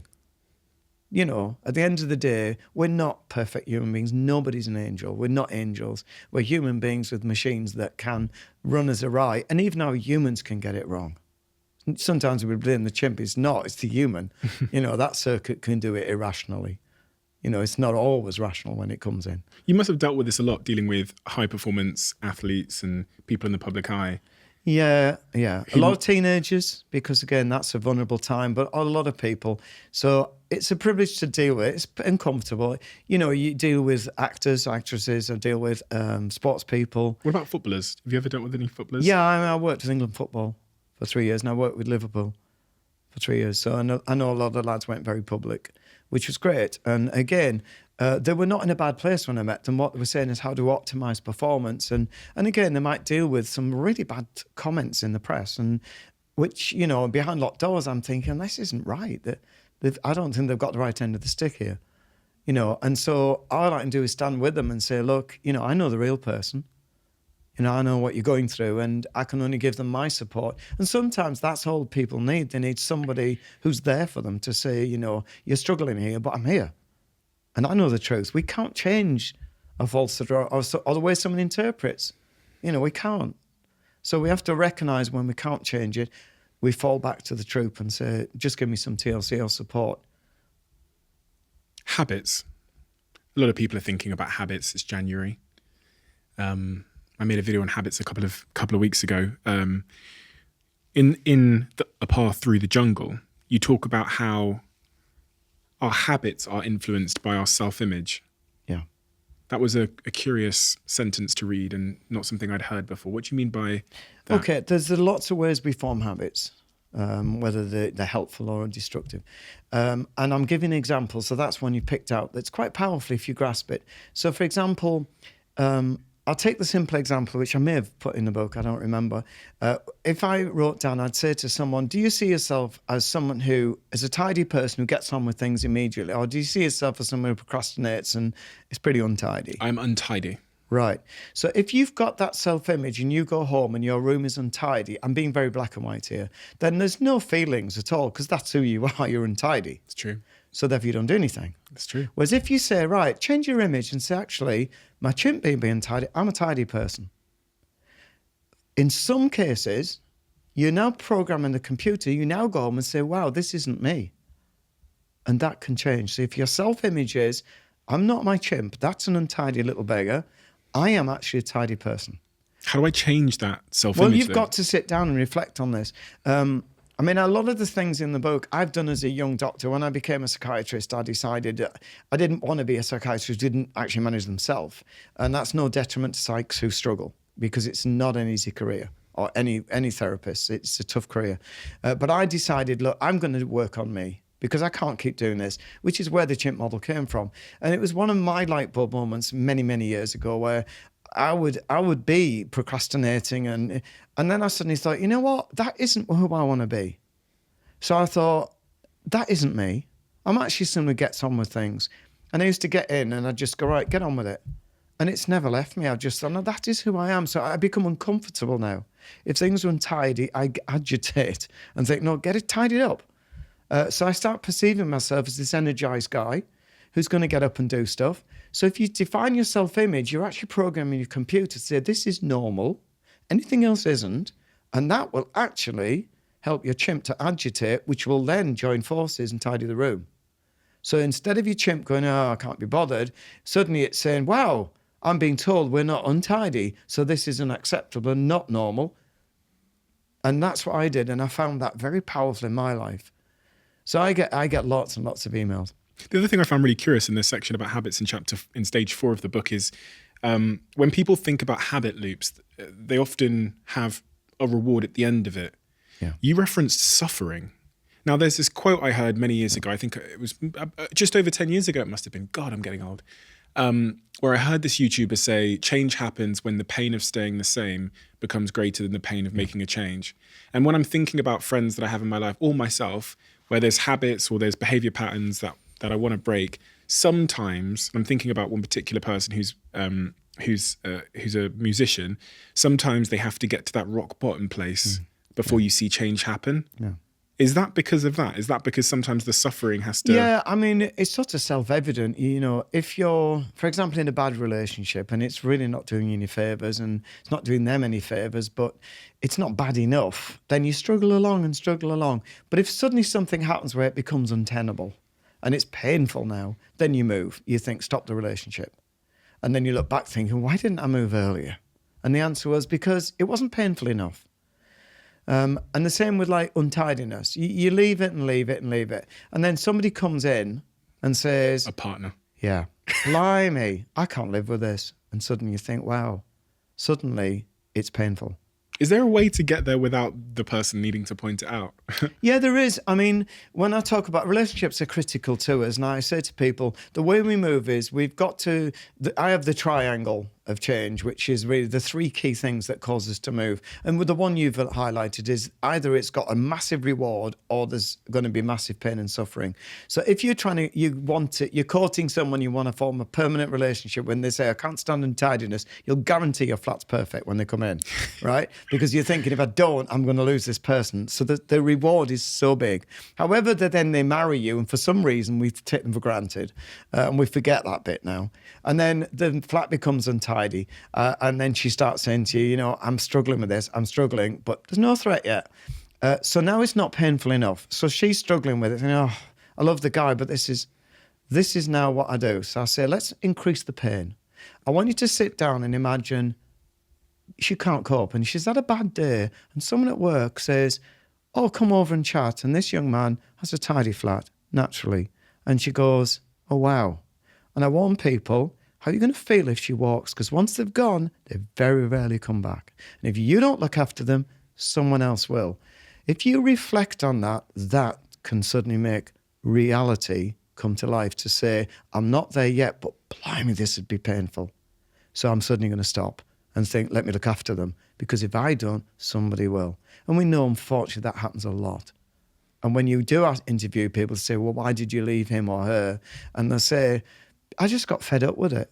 And there was no love or affection left. They didn't pay any attention. They used to. That's so common. That's so common. So you can increase the concept of suffering by reflecting and thinking, what would life be like if she left? So anyway, I don't know, you might say it'd be better. No, I was thinking about how I need to tidy my room. Well, no, that's what I'm saying. Now, again, it may not work for you. You might say to me, I did that and it didn't make any impact. No, it does. I can remember the last time my girlfriend, I saw her upset about something, and I care about it. I wanted to add in from earlier on, the reason why I think in the last 2 years, as I said, I've been able to listen to when we have conversations and apologize straight away, is because I love her so much. And I think about the last time she raised an issue with me and she was upset and she was talking to me, she never shouts like me. I was so scared about losing her that... There you go. Part of my head, she'll listen to this because she's a big fan of yours. She loves this book, by the way. Okay. I got it for after last time we spoke and she absolutely loves it. Part of me was like, she was telling me how she feels. I was like, oh my God, she's going to dump me. Oh my God. Exactly. I thought I was going to lose her. And I know it's not the case. And it's just this irrational part of my brain was going, I think she's finished with you. Yeah. And that really makes me go, fucking hell, I need to immediately change it. We were having a conversation about quality time. And I hadn't spent much quality time with her because I was so caught up in my work. There you go. So the minute she said that, I was like looking at my calendar and cancelling things. Yeah. But I needed the warning, it seemed. And that's what I'm trying to say. Now, there's the devil's in the detail. Let's say that you go home and you really make an effort, you tidy the house and you really clean it up, and she comes home and she doesn't notice. And there's a danger now, and I do advocate that sometimes you say to them, because your chimp needs to get that accolade, so it's no good not helping it. You don't need that, but your chimp does. So it's worth saying, can I just say, because I love you, I've tidied the flat. Because then your chimp goes, right, good, I get the accolade now. So I'm not saying you should knock the chimp out. I'm saying you should be getting the chimp so it feels good. And then hopefully she'll say, wow, I love you too and I appreciate that. And then that's nicely rounded up. But you do get circumstances where I'll work with people and say, I tidied the flat, I did everything, she doesn't even recognise it. I cancelled stuff in my diary, she didn't recognise it. And I think, well, I'm not saying I'm a goody-goody, but I'm saying let them know, because your chimp's saying, please make sure they know and they've recognised it. And again, I don't know, there may be couples where they say, if I say that, she'll lose it. So I say, well, don't do it then. Tell me, and I as a therapist will say to you, well done. And that might be enough for your chimp. So again, it's that thing which I keep saying to you, Steve, I've got to work with the person in front of me and even potentially their partner or family and say, well, what would they do before we make a plan? That was step one in your triangle. That's one of the points. The other two, for people to shift, they've got to have psychological mindedness, which means they've got to understand that it's not about what happens to us in life, it's how we deal with it. That's basically what we mean. So we understand that just because you've got certain emotions doesn't mean you can't change them, and things have to change or people have to change for you to change. It's within your power to be responsible for the things you believe and change. So psychological mindedness means you get up and start working on this. it's within your power to shift things. That's that personal responsibility. Yes. And also, if you can't shift them, like say go back, let's say life hadn't been great for you, and I'm sure you worked hard to get where you've got, but let's say you still were in that poverty situation. You thought, I didn't have the skill to do what I'm doing. I didn't use that skill because it was never there. So a lot of people are trapped and they say, well, I'm still living in a pretty bad place and I'm struggling financially. And that's a lot of people. It's painful. But again, psychological mindedness, tough as it is to say, well, let me deal with that. I can't change it, but I can change my approach to it. And that's not easy. I'm not saying that's easy. And then you have to work at how do you do that? And it'll be different for different people. So psychological mindedness means take responsibility, accept what's in front of you, and then move forward. So other than that, what you do, non-psychological mind, is where you blame everybody else or blame circumstances or say this happened to me in childhood. Or these may all be genuine, but they're not actually helpful. Disempowering, right? Yeah. You're using them as an excuse not to take responsibility and turn them over. And It's like giving your power to something else, right? Yes. And you've got to get the power back and say it's within my power. Why do people like doing that? Why do people like making excuses? Including me, I have to say. Again, it's really difficult to say. I mean, a lot of people, when they're in not a great place, find it very easy to be the victim. They don't want to be a victim, but they find it easy. So they'll use an illness as an example so that it gives them that remit to say, well, I'm not well. When the reality is they don't know how to move forward. So it's easier to just go, I'm not well. And people then go, well, they're not well. And there'll be some truth in it, but actually not fully the truth. So people often use as a defense mechanism the victim role. Sometimes they have been a victim and then they need to work through that and process it. But there's a danger you start to use it or you start blaming circumstance. Like you might have said to me, I didn't make it because my parents never helped me. Well, there are people whose parents don't help them, but they do make it. So you have to say, well, hang on, don't use that because it'll keep you in this not great place. There will be truth in it potentially. And then I would give the TLC and the recognition that didn't help. But on the other hand, let's look at what you can do, regardless of the background. I was reading and I talked about something in my episode about habits, that there's something called the question behavior effect, where if someone is asked about something they want to do, so like, let's say I want to go to the gym. If I'm asked verbally by a friend, they say, are you going to go to the gym? People might say, whatever. They might say yes, no. They might come up with an excuse as to why they can't go today. But when they're asked on pen and paper or on a computer and it's a yes or no answer, if they answer yes, they are more likely to then go to the gym. Yeah. And when I was reading around the science as to why that is, they talked a lot about this idea of cognitive dissonance, and we want to... Right, can I interrupt you? Because what you're giving me is exactly what you said earlier about self-image. Right. So what you've effectively done is the same thing, is when I tick yes, it means that's the norm. I go to the gym. So the cognitive dissonance, if I don't go to the gym, that's not normal. Yeah. That's exactly the same as saying, when I'm a tidy person, I come home, I don't expect a mess. Okay. I tidy up immediately. That the cognitive dissonance is I'm doing something which doesn't tally with my belief. For people that don't understand the term cognitive dissonance, it's doing me. Something against your belief system. So if I say I'm a vegetarian and then I eat meat, I'm now in turmoil. It's like a mental friction because you're not aligned. Your behavior doesn't align to who you think and want to be. The dissonance is doing one thing which is opposed to what you're saying or believing. Okay. So I might say, I'm not someone who lies, and then you come to see me and I tell you a lie. I go home, I'll have cognitive dissonance. So it's very likely, if I have a conscience, which most of us have, that will prey on me. And I think, I don't like myself for doing this. This is wrong. And then I'll hopefully ring and say, can I just clear it? So I'm not living out my values. So this is cognitive dissonance. So I can get why if you said, are you going to go to the gym? And you tick yes, it's the same principle. I need to go because if I don't, I'm going to be in trouble. I've ticked yes. Interestingly, when it's not on pen and paper and when it's not a binary choice of yes or no, people are then less likely to go to the gym because there's room for excuse. Exactly. So I can go, I'm going to go on Monday. Yeah. And then there's no cognitive dissonance because I feel like I've satisfied myself with an excuse. Yeah. And I'm nice and aligned. But yeah, I found that really interesting. And I was talking to in the episode about how when you do want to set an intention, a great way of doing it is by asking yourself a yes or no question and doing it in some kind of binary way. Well, again, it's why, and again, I recommend this, not everyone, but most people, if you put something on a piece of paper and measure things, our chimp gets behind us now. So it drives us to do things. So if we can see something being measured and it's getting worse, we tend to do something about it. And that's because the chimp doesn't like to fail, because its ego's at risk. And as I said earlier, way back in our conversation, the chimp it's about achievement, it's about self-esteem, so it doesn't want to fail. So the chimp joins forces with us. So one way is to help yourself, is get it on board. Instead of seeing it negative, it's the best friend you'll have. It's my best friend. My chimp is my best friend. He just needs a bit of help at times, and he does things different to me. And I usually say he's inept. But that doesn't mean I don't love him.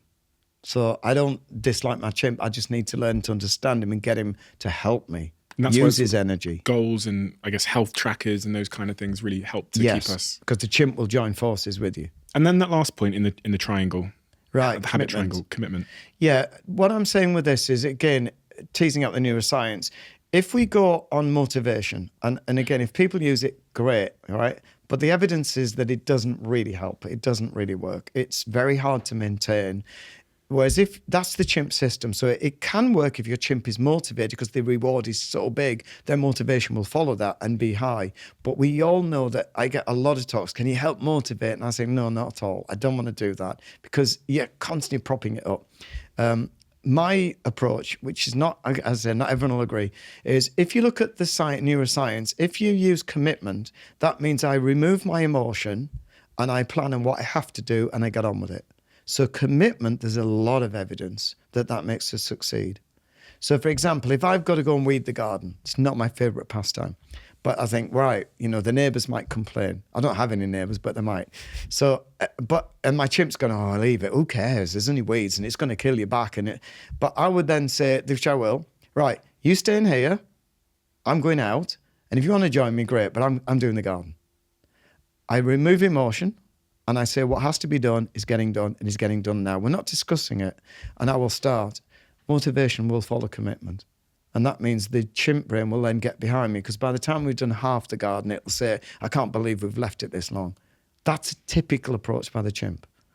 And then it tries to make me finish. Now I might have to stop and say, let's respect my back now. We'll stop now. So I manage my emotions by using commitment. And if they don't marry, I move them to one side. So I don't really work with emotion to drive me to do something. I think if people can use that and use motivation, that's great. My experience has been it doesn't actually hold. The last point I want to talk to you about is relationships. Yeah. We've talked a little bit about it there in the context of my own relationship, but one of the sentences in A Path Through the Jungle is that, I'm paraphrasing a little bit here, is that you need to have a good relationship with yourself before you try and have a relationship with someone else.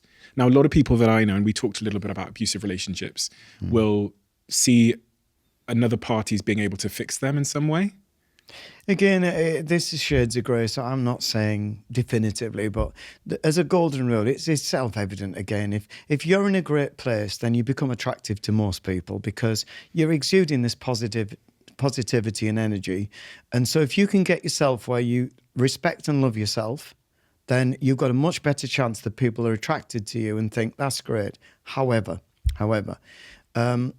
I'm going to give you a bizarre example. Many years ago, I'll simplify this. I worked with a lady who had an overpowering desire to help others. And I tried to say to her, let's stop and just get yourself, and she couldn't do this, couldn't get in a good place. I have to help others. And it damaged all relationships she had because he was overpowering. And eventually, I thought this was a great success. It's many years ago. And I went really out the box, which is not recommended. All right. But I just got to the point, I thought, I can't see a way forward. And I said, you know what? Why don't I help you to pick the right person? All right. Because I thought this is more practical psychiatry. And she laughed and said, okay, let's try that. Because she said, why do I do it? And she went off to one of these, like, this is a long time ago where you wrote in, it's not before the internet. And she got a group of guys wrote to her and we picked one out. I said, try him. And she was in a great place to work with me and said, I must stop doing this overpowering and learn to manage myself. And then she picked this guy and absolutely worked fantastic. And I brought her in and I said, I'd love to meet him before I discharged from the clinic because her esteem was good then. It was more tragic than that. She wasn't in a great place at all because of this. So I met this guy and I said, what's the best thing about it? And he said, because she mothers me. And again, it taught me something to say, sometimes there's a positive dysfunctional relationship. And they were very happy that he wanted this mothering figure, she was that, and both fulfilled what they wanted to do. So I felt at the time it was an amazing failure. But looking back, I think, yeah, they were happy. So it's not for me to say what kind of relationships people want. I've given that as a bizarre example. The golden rule is I like people to get in a good place within themselves, because otherwise what you do is you start trying to use your partner to help you to compensate for your deficiencies, or you start getting very dependent on them, or you start getting controlling of them because you're not actually in a good place yourself. So that's the danger with that kind of situation. So I'm not recommending what I thought was an amusing, though it taught me something, story. I'm saying ideally in relationships, get to respect and love yourself first. And then when you've got to that position, then go out and find someone, because then they don't affect you as much. You can enjoy the relationship rather than looking for something out of them. So interesting. So interesting. Steve, thank you. Thank you so much. You know, I said this to you last time we spoke, but you've helped several people that are the closest people in my life. Of the 7 closest people in my life, you've profoundly helped 2 of them with your work. One of them, who we talked about last time, was my business partner, who's very open about his relationship with, he went through some difficulties and ended up being, in his words, a functional alcoholic. And reading your book, in his own words, was the turning point for him. Helped him to finally understand his behavior pattern. And in fact, he is the one, my friend Dom, he's the one who put me onto your work, because that book was so profound in his life. And then also I've got another friend who's the one that I gave your book to recently, who reported to, quote, that book really, really, really helped me. And I highlighted one of the sentences, but she managed to get through the whole book. So thank you for that, because your work helps so many people. This is one of my top 3 favorite books of all time, because it's practical, because it's because of the way that it has these images, which again, I'm the type of person that really loves imagery in the way that I learn, but also has the robust sort of scientific knowledge from your experience.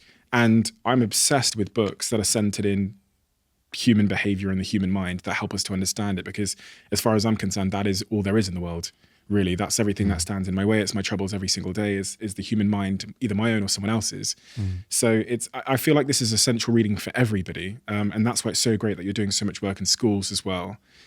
Thank you. Thank you for coming back here. And again, tell the 2 guys you've got in your team that have done this, all I'm doing is presenting the neuroscience in what I think is an accessible way that is entertaining but quite serious, to try and get people to get the neuroscience simplified, because it's out there, but it's so complex. To me, it's complex. And I'd like to present in a way that's practical. And that's what I've done.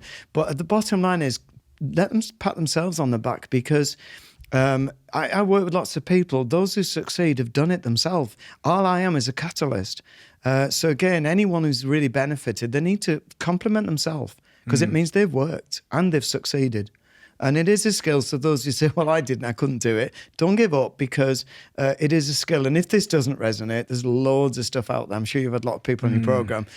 We're all in the same boat. We're trying to help people. So find something that does resonate, so that we have a nation with a much better psychological health. That would be my dream. We've got a closing tradition where the last guest leaves a question for the next guest. And the question that's been left for you. Okay. If you were on your deathbed and could leave only one lesson behind, what would it be? Wow. I would, in the context of my scientific background, never forget who you are. Because that means you've removed the chimp and the computer and you've found yourself. So never forget who you are. Remember the blank piece of paper. Because that's going to give you the self-esteem you deserve. Steve, thank you. Quick one. As you might know, Crafted are one of the sponsors of this podcast, and Crafted are a jewelry brand, and they make really meaningful pieces of jewelry. And this piece by Crafted, when I put it on, for me, it represents courage. It represents ambition. It represents being calm and loving and respectful and nurturing, while also being the antithesis of that, seemingly the antithesis of that, which is sometimes a little bit aggressive with my goals, and determined and courageous and brave. The really wonderful thing about crafted jewelry is it's super affordable. It looks amazing. The pieces hold tremendous meaning, and they are really well made.